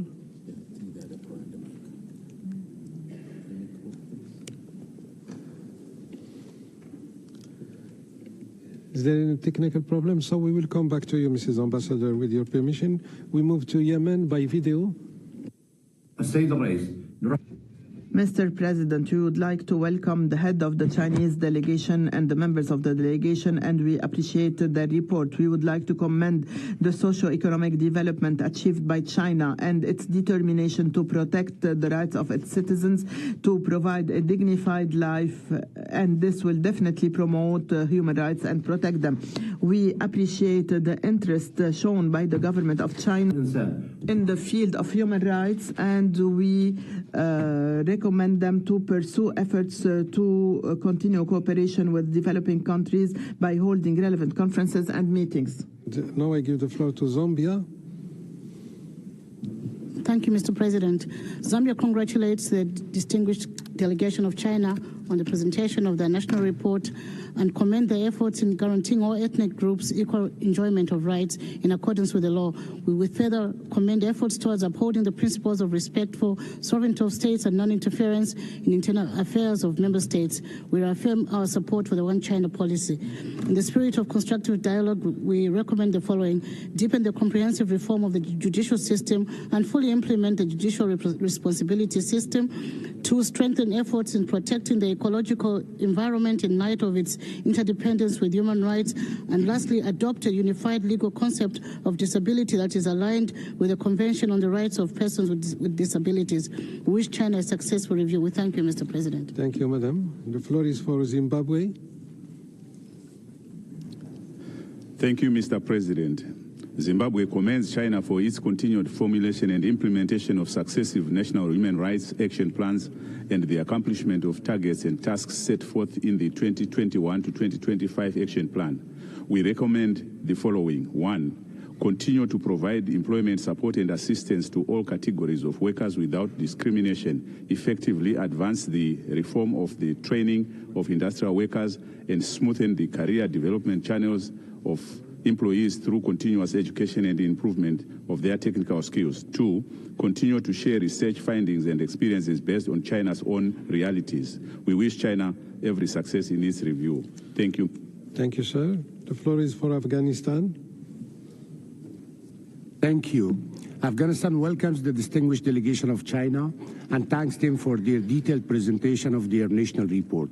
We note the positive measures taken for the development of economic, social, and cultural rights. In the spirit of constructive engagement, we wish to make the following 2 recommendations. 1, observe the international principle of non-refoulement and provide protection to migrants and refugees. 2, as a member of this council, ensure that any engagement with the current Taliban de facto authority in Afghanistan is conditional on respecting and upholding the human rights of people of Afghanistan, particularly the rights of women and girls and other vulnerable groups. Finally, we wish China every success in the review process. I thank you. Thank you, sir. وأعطي الكلمة الآن للجزائر. I give the floor to Algeria. Thank you. Algeria warmly welcomes the distinguished delegation of China. We note with encouragement the progress being made by China in respect of the socio-economic development of its people. We would like to make the following recommendations. 1, continue its national efforts to realize social and economic development and eradicate poverty and achieve comprehensive, sustainable development for all. 2, continue to promote discussions in the Human Rights Council on the role of development in promoting and protecting human rights. We wish the government of China a successful review. Thank you. Shukran. And now I give the floor to Angola. Thank you, Mr. President. Angola warmly welcomes the delegation of China and values its constructive cooperation with human rights council bodies, including by organizing international events towards the promotion of human rights at international level. In a collaborative spirit, Angola recommends China to strengthen measures related to poverty alleviation, in particular for the welfare of older persons, to increase financial and material support to institutions caring for persons with disabilities. Angola wishes China a successful UPR. I thank you, Mr. President. Thank you, Mrs. Ambassador. And now the floor is for Antigua and Barbuda by video message. Thank you, Mr. President. Antigua and Barbuda warmly welcomes the distinguished delegation from the People's Republic of China. We express deep appreciation for China's significant global role in the fight against COVID-19 and commend its efforts in ensuring equal and universal litigation services through comprehensive court reforms. In the spirit of collaboration, Antigua and Barbuda proposes 3 recommendations to China. First, to provide timely updates on China human rights action plans, sharing experiences to advance human rights initiatives. Second, to accelerate the construction of smart courts to enhance efficiency and accessibility in the legal system. Third, to promote smart healthcare and deepen health system reforms for integrated development and governance of health insurance, medical care, and medicine. Antigua and Barbuda sincerely thanks China for considering these recommendations and wishes China a successful review. The floor is for Argentina. Thank you, President. We commend the delegation of China for the progress made in poverty reduction. Argentina recommends, first, the ratification of all human rights treaties to which China is not yet a party, and in particular, the International Convention on Protection of All People from Enforced Disappearances. 2, continue cooperation with the High Commissioner for Human Rights Office and allow more visits and technical exchanges. This would facilitate the implementation of recommendations from the High Commissioner's Office, treaty bodies, special procedures, and the 3rd UPR cycle. And 3rd, establish a moratorium on the death penalty and consider the possibility of abolishing the death penalty from domestic legislation. Thank you kindly. I now give the floor to you, Mrs. Ambassador, Vietnam.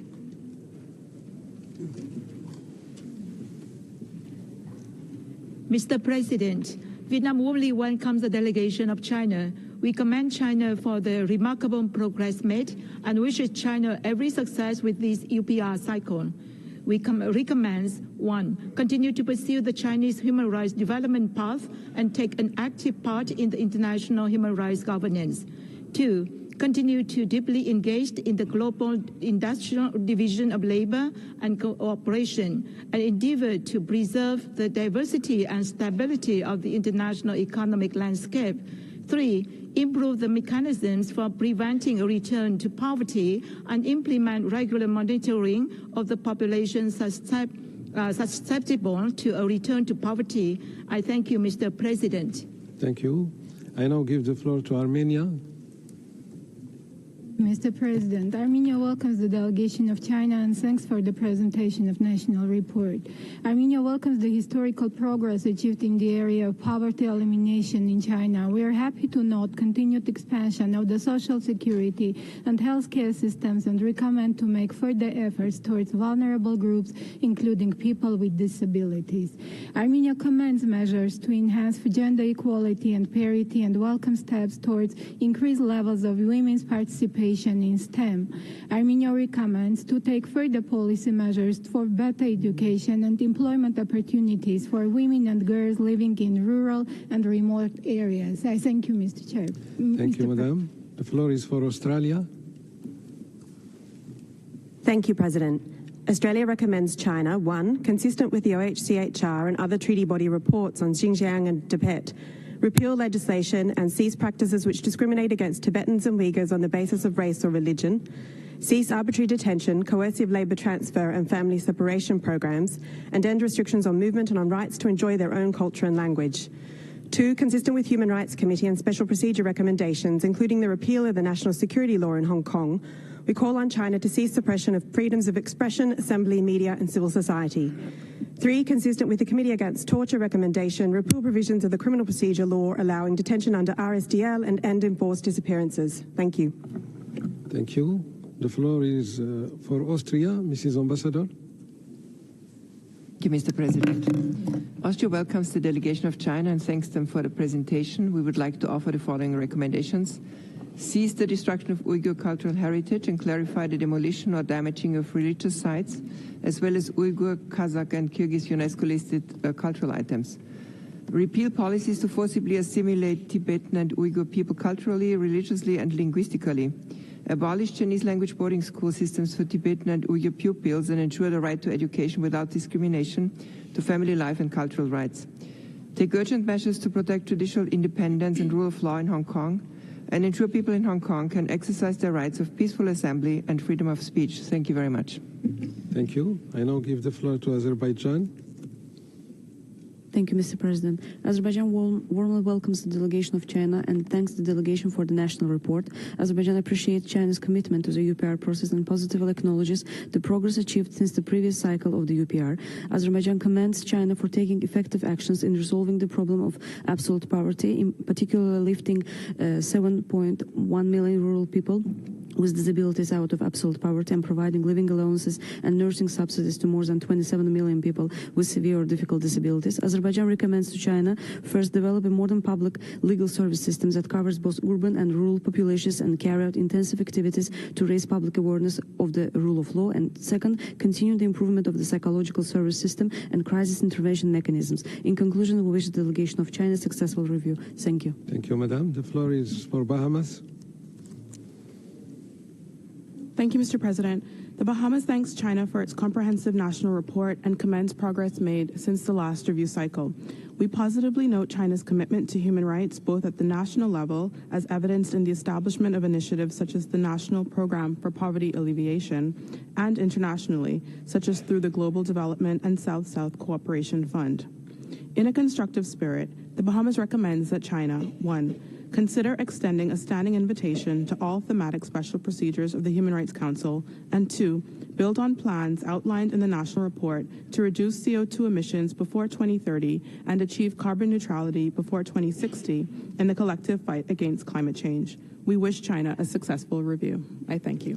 Thank you, Madam. أعطي الكلمة الآن للبحرين. I give the floor to Bahrain. The Kingdom of Bahrain warmly welcomes the delegation of China and thanks them for their national reports and presentation. We commend China's efforts in developing its education, social security, and health sector, as well as its active commitment in implementing the Human Rights Action Plan of China 2021-2025. We offer China the following recommendations. First, continue to implement its National Human Rights Action Plan. Second, further improve measures to reduce inequalities and discrimination against minorities and migrants. Third, continue its efforts to provide stable employment for the poor population. We wish China all success in its review. I thank you. Thank you, Madam. I now give the floor to Bangladesh. Mr. Ambassador. Thank you, Mr. President. Bangladesh warmly welcomes the distinguished delegation of China to its fourth cycle of EPR. We commend that China has lifted a significant segment of rural people out of poverty and achieved the poverty reduction target for the 2030 Agenda for Sustainable Development. China's progress in expanding healthcare, universalizing education, and affording housing is laudable. In the spirit of constructive cooperation, Bangladesh makes the following recommendations. 1. Further improve the welfare service system for persons with disabilities. 2. Continue to improve the maternal and child health service system to reduce mortality rate of mothers and infants. We wish China success in its review. I thank you, Mr. Chair. Thank you. I now give the floor.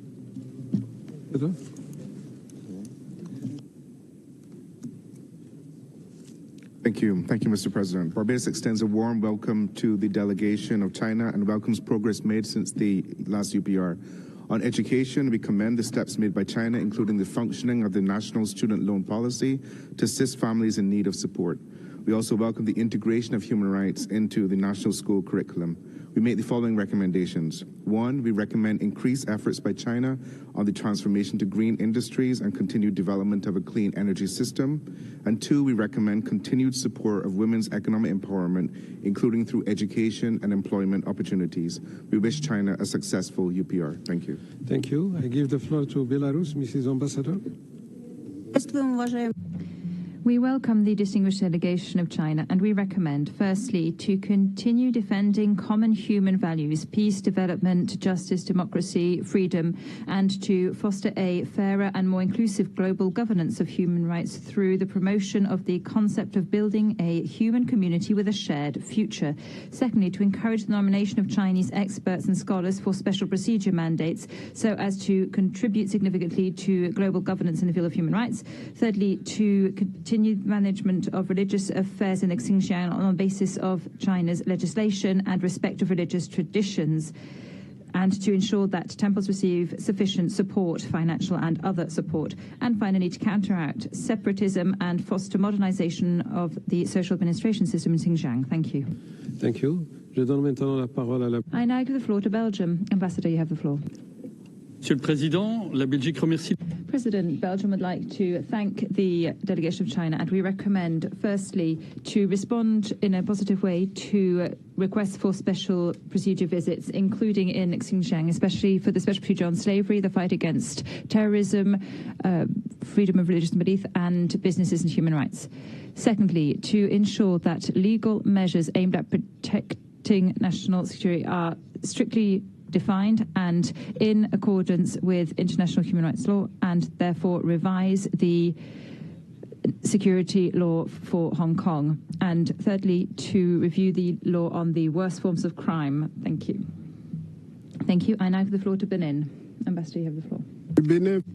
Benin would like to commend China on the presentation of its national report under the fourth UPR cycle, and we commend the significant progress made for implementing recommendations from previous cycles. We would like to applaud China's leadership for the rights to development and also the success achieved through the implementation of its national human rights action plans. We recommend China build on this progress by ratifying the Convention on the Rights of All Migrant Workers and their family members.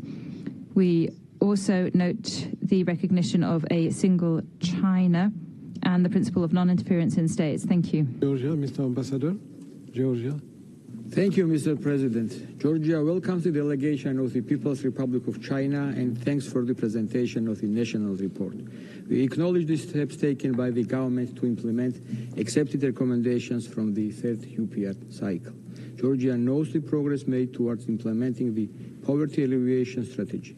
Georgia also acknowledges steps to extend access to the supporting services, particularly for vulnerable population. We wish the delegation of China a very successful UPR. Thank you, Mr. President. Thank you. And the last speaker on our list for this morning is Costa Rica, Mr. Ambassador. Gracias, señor. Thank you, President. Costa Rica would like to thank China for its report, and we commend China's efforts to fight poverty. We recommend, 1, to include in law the human right to a clean, healthy and sustainable environment, preferably enshrined at the constitutional level. Secondly, to eliminate any excessive restrictions on the functioning of independent NGOs. And thirdly, to establish norms based on international human rights standards about the use of biometric data for facial recognition and cyber policing systems. We wish a successful review. Thank you. That was, as I said, the last speaker on our list for this session of the morning. And now I give the floor to you, Excellency, and your delegation for your final remarks and comments.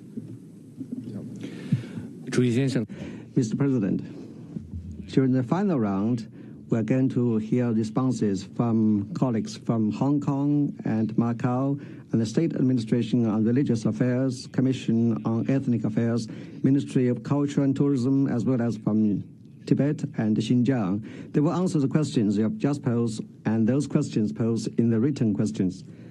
And concerns on Hong Kong were raised today. However, some of these clearly come from misconceptions and a lack of understanding about our real situation. I'm pleased to explain. No country will watch with folded arms in the face of acts and activities that endangered national security. For those who doubted the need for the Hong Kong national security law, let me bring you back to the darkest time of Hong Kong in 2019. Violent and ransom assaults took place on our streets like never before. Thousands of petrol bombs were thrown. Public property was destroyed. Traffic was brought to a standstill, and law enforcement officers were viciously attacked. Our community was traumatized. Radical forces blatantly advocated Hong Kong independence and sought foreign interference, jeopardizing our nation's sovereignty, security, and development interest. The Hong Kong National Security Law was enacted precisely to tackle this situation, to bring back stability, security, as well as the rights and freedoms which people in Hong Kong have been deprived of during such period of serious violence. Its implementation has played an important role, allowing Hong Kong residents to return to their peaceful and prosperous way of living. Fundamental rights and freedoms, including freedoms of speech and of the press, etc., are guaranteed by the Basic Law at the constitutional level. Article 4 of the Hong Kong National Security Law clearly stipulates that human rights shall be respected and protected in safeguarding national security. Any measures or enforcement action taken under the Hong Kong National Security Law must observe this principle.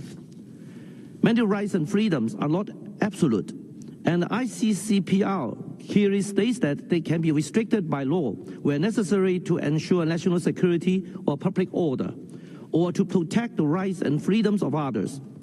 As a matter of fact, Hong Kong fully complies with all applicable provisions of the ICCPR and other relevant international covenants. Law enforcement actions are taken strictly in accordance with the law, including the protection of fundamental rights. Such actions are entirely based on available evidence and applicable law, and have nothing to do with a person's background, occupation, or political stance. I wish to make it clear that it is inappropriate to comment on or interfere with the ongoing legal proceedings which were mentioned today. Judges decide national security cases independently in accordance with the law. The suggestion that certain individuals or groups should be immune from legal consequences for their illegal acts is no different from advocating a special pass to break the law. This totally runs contrary to the spirit of the rule of law. It is the legitimate rights and duty of every state to safeguard its national security, and to do so by enacting laws is in line with international practice.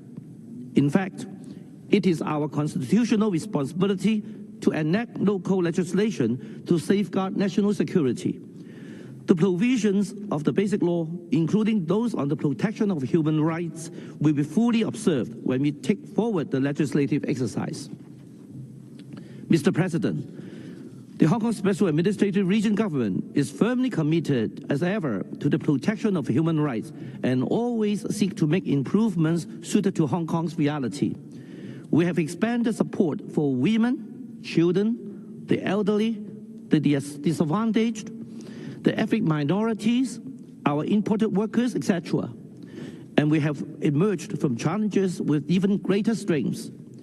With the strong support from our country, we will continue to better harness our unique institutional strengths in a new chapter from stability to prosperity. Thank you. 主席先生，我现在回答有。Mr. President, now I respond to the advanced questions.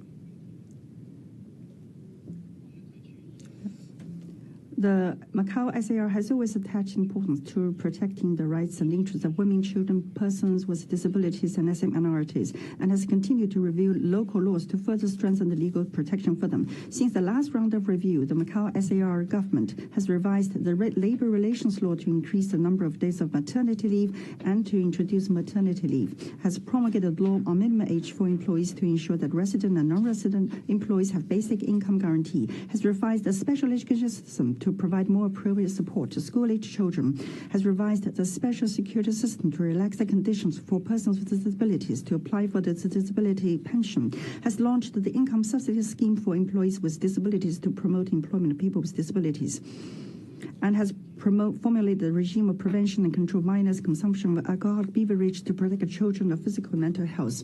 On the advanced question raised by U.S., the Macau SAR government has always attached great importance to the comments and recommendations put forward by the different human rights treaty bodies and has carefully studied them in order to follow up on the comments and recommendations that are feasible and conducive to the development of the welfare and the residents. The SAR has taken into account the concluding decisions of the reviews and has implemented a lot of follow-up work, such as formulation of the law on the fight against the crime of trafficking persons, the law on preventing and combating domestic violence, the crime of sexual harassment, and a number of ways to increase maternity leave. The SAR will continue to improve relevant legal systems and specific measures to continuously advance the level of human rights protection under the framework of the one country, two systems principle and the basic law of Macau. 问题，澳门特区法律保障外地雇员。The regional law protect the people. We ensure the principle of non-discrimination so that foreign employees have the same rights, obligations, and working conditions as the local employees. 主席先生。Mr. President, I'm from the State Administration of Religious Affairs, and now I'd like to answer some questions on the freedom of religion and belief. Respecting and protecting the freedom of religion and belief is a basic national policy. The protection of such a right is enshrined in the Constitution and laws. Article 36 of the Constitution stipulates that the citizens of the People's Republic of China shall enjoy the freedom of religion and belief. State protects normal religious activities. The State Council has also issued regulations on religious affairs on protecting the freedom of religion and the rights of religious communities, which includes setting up places of worship, carry out religious activities, setting up theological academies, publishing books, and engaging in exchanges. According to the administration rule, the religious activities of foreigners in China, our government respects the freedom of religion and belief of foreigners in China and their interest in engaging exchanges with their Chinese counterparts.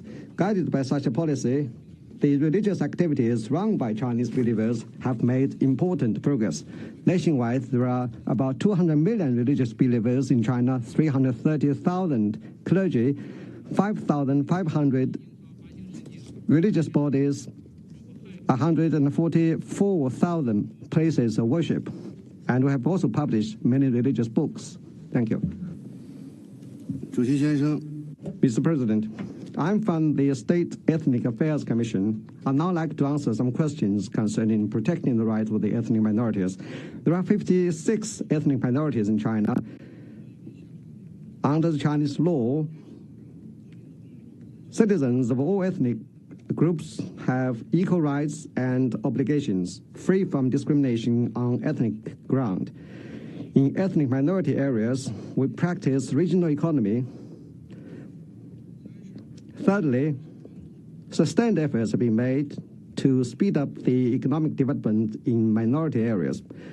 Fourthly, we advocate mutual respect, mutual help, and harmonious coexistence under the framework of national unity. Fifthly, we respect the diversity and differences and try to preserve traditional culture while encouraging innovation. Since 2018, we have made unprecedented progress in seeking to protect the rights of ethnic minorities. Thanks to the support of the central government and other regions, infrastructure has been upgraded in minority areas, leading to faster growth in economy and increase in incomes. The university enrollment rate for minority regions is higher than the national average. Now we are seeing in minority areas better housing, better service, social security improvement, and a happy life. Mr. President, I'm from the Ministry of Culture and Tourism. I'd now like to answer some questions about protecting the cultural rights of the Chinese citizens. China has invested heavily in cultural service to ensure the cultural rights of all citizens, including special groups. In recent years, we have been improving the legislation in this field and providing better services of culture, benefiting many people, including ethnic minorities, and better protect cultural heritages. Nationwide, there are 46,000 cultural institutions providing services to more than 900 million people. For the past 3 years, the public library networks in China have received 2.7 billion readers. All ethnic groups are covered by the National Intangible Cultural Heritage List. 11 ethnic minority heritage projects have been included into the UNESCO list, which makes up about 26% of the Chinese total. We have also set up 11 national ethnic minority cultural protection zones. Thank you. I'm from the Tibetan Autonomous Region. I'd now like to answer the question concerning the question of boarding school. In Tibet, children from preschool to senior high school go to the nearest school free of charge. But because of its vast expanse and sparse population, for instance, there are only 3 persons per square kilometer.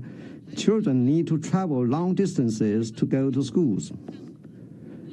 But we are determined to bring modern education to children in the minority areas and offer opportunities for talented children in those areas.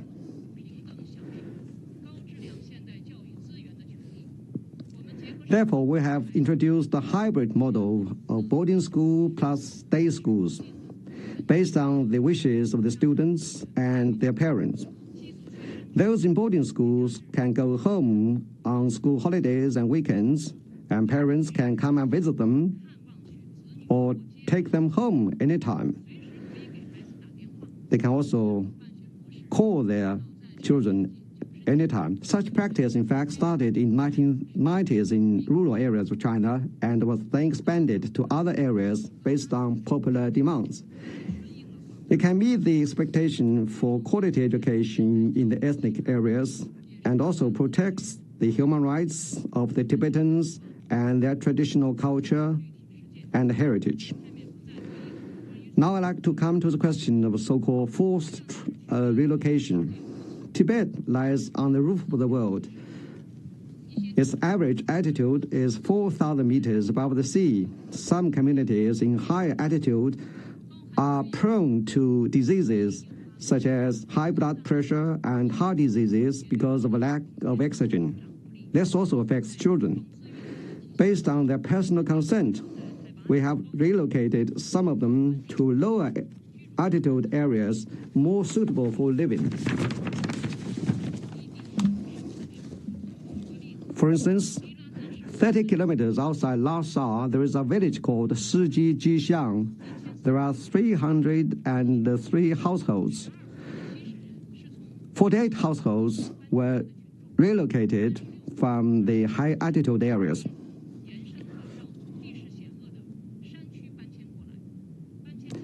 Before moving, they were invited to have a look at their new homes.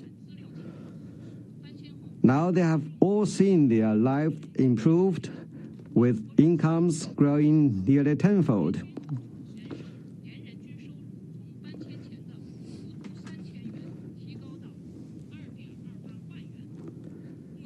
Now this village has become a tourist attraction.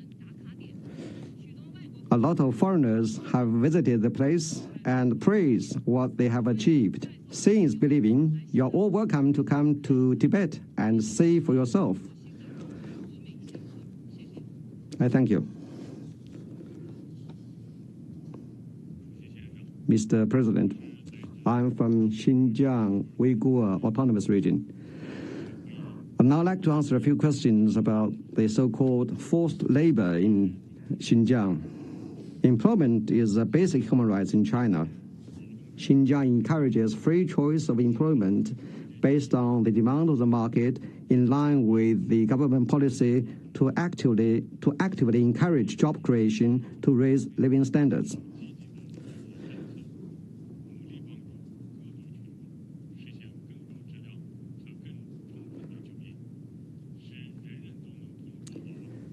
In this way, all people can improve their lives through their own labor. Chinese constitution and laws prohibit forced labor. People of all ethnic groups are free to choose their jobs without any restriction whatsoever. They can decide for themselves where they want to go, what job they want to do, and there has never been any restriction to their personal freedom. The right to remuneration, leisure, holiday, and occupational safety are all protected by the law. There is no such a thing as forced labor in Xinjiang. Now I'd like to come to the allegations concerning the Center for Vocational Education and Training. Those centers are actually boarding schools set up according to the law to de-radicalize those who are indoctrinated by extremism into committing minor crimes. The idea is to educate and help them so as to remove the hotbed of terrorism and extremism. The curriculum of the training centers include Chinese, law, occupational skills, and de-radicalization programs. Trainees can regularly visit their homes and receive visitors and take video calls. After finishing their programs, they are offered job opportunities or can start their own business. The centers provide free lodging and boarding and guarantee the trainees lawful rights in all fields, including their rights for leisure. In October 2019, all the trainees in those centers have finished their training, and most of them have found stable jobs and are leading happy lives. The so-called concentration camp or genocide or crime against humanity are nothing but pure fabrication. Thank you. 主席先生，刚才 Mr. President, just now my colleagues from other ministries and from Xinjiang, Tibet, Hong Kong, and Macau did their best to reply to questions concerning those issues. I think recently some organizations and countries, guided by their political motives, have fabricated a lot of lies on those regions. Some countries have been using the Human Rights Council and other platforms to defame China over those issues. We firmly oppose such attempts. In its essence, Xinjiang, Tibet, and Hong Kong involves Chinese sovereignty, security, and unity. Now Xinjiang is enjoying sustained economic development, social harmony, thriving culture, and happy life. 70 years after peaceful liberation, Tibet has seen tremendous changes. Former serfs have become the master of their land and are leading happy life. After the return of Hong Kong to China, the practice of one-country system has been making a lot of headways. The central government has taken a series of measures to end the violence and chaos in Hong Kong and to bring stability. In recent years, more than 100 countries have openly taken the floor in the Human Rights Council and the Third Committee in support of China's position on Hong Kong, Xinjiang, and Tibet.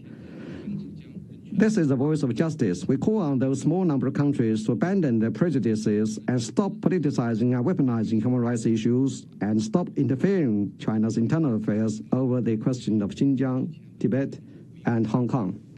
We will stop with our answers at this stage. Thank you, sir. I understand that there are still 3 minutes and 30 seconds allocated to the delegation of China. So, Your Excellency, Ambassador Chen, I give you the floor for your final remarks. Thank you, Mr. President. Just now, the Chinese delegation, in an open and candid manner, had a constructive dialogue with other delegations. Your active participation and positive comments show your interest in China's human rights cause. On behalf of the Chinese government, I'd like to express our heartfelt thanks. We have listened carefully and took note of your statements. Most countries have upheld the principles of objectivity, transparency, non-selectivity, non-confrontation, and non-politicization, and they have acknowledged China's unremitting efforts and historical achievements in human rights. They made clear your willingness to exchange and mutual learning with China in human rights. This is highly appreciable to us. Your many constructive comments and suggestions are invaluable wisdoms from different regions and civilizations and will contribute to China's human rights cause. We have recorded them carefully and will study them carefully and adopt them positively. As for the concerns caused by misunderstanding or misinformation, we are ready to continue having friendly dialogue on an equal footing with the countries concerned to enhance trust, dispel doubts, and deepen mutual understanding. Meanwhile, we regret to note that a few countries groundlessly accuse and smear China based not on facts but on ideological bias and unfounded rumors and lies. This is inconsistent with the purposes and the principles of UPR. My colleagues have already stated our solemn position on this. We hope these countries will stop politicizing human rights issues, make comprehensive, objective, and fair comments regarding China's human rights development, uphold the UPR's authority and its atmosphere of dialogue and cooperation, and provide positive energy for the development of global human rights cause. Mr. President, through tremendous efforts, China has made historic achievements in its human rights cause. The level of human rights protection, especially the right to survival and development of the 1.4 billion Chinese people, have been effectively increased. The whole process people's democracy has ensured the constant development of democratic rights, good laws, and good governance have safeguarded the advancement of human rights across the board. The rights and interests of specific groups have been effectively protected. Our development in human rights provided a new alternative for others, especially other developing countries. In independently exploring a path of human rights development, it tellingly shows that there is no fixed path for human rights development, nor one-size-fits-all model for human rights protection. China's path suits our national realities and echoes the aspiration of our people. We will take firm steps towards this path. Mr. President, the Chinese government cherishes its participation in the UPR as an opportunity to have dialogue and exchange and to take in good practice. We are ready to continue constructive human rights dialogue and cooperation with all parties on the basis of equality and mutual respect to learn from each other to make progress together. We are ready to work with all parties for fair and more just, equitable, and inclusive global human rights governance. Finally, on behalf of the Chinese government, I wish to thank once again you, Mr. President, fellow delegates, Troika, the Secretariat, the UN office at Geneva, and interpreters for making the smooth running of this UPR possible. Thank you, Mr. President. Thank you, Your Excellency Ambassador Cheng Zhu, and your delegation for the presentation and the participation in this review. The report of this review will be prepared by the members of the Troika, namely the representative of Albania, Malawi, and the United Arab Emirates. In accordance with the procedure implemented in 2015, the recommendation section is scheduled for distribution on Thursday, 25 January at 12:30 p.m. and will be considered for adoption on Friday, 26 January as from 3:30 p.m. The full report, including the summary section, will be circulated by email on Friday, 9 February 2024. This then brings us to the end of our meeting. We will reconvene this afternoon at 2:30 p.m. for the review of Nigeria. Speaking time will be 55 seconds for all. Inscribed speakers who wish to withdraw from the list are kindly invited to use the online system event for withdrawals at the latest 30 minutes before the start of the review. I hereby close the third meeting of the 45 section of the UPR working group. Thank you all for your cooperation and wish you a nice afternoon. Thank you so much.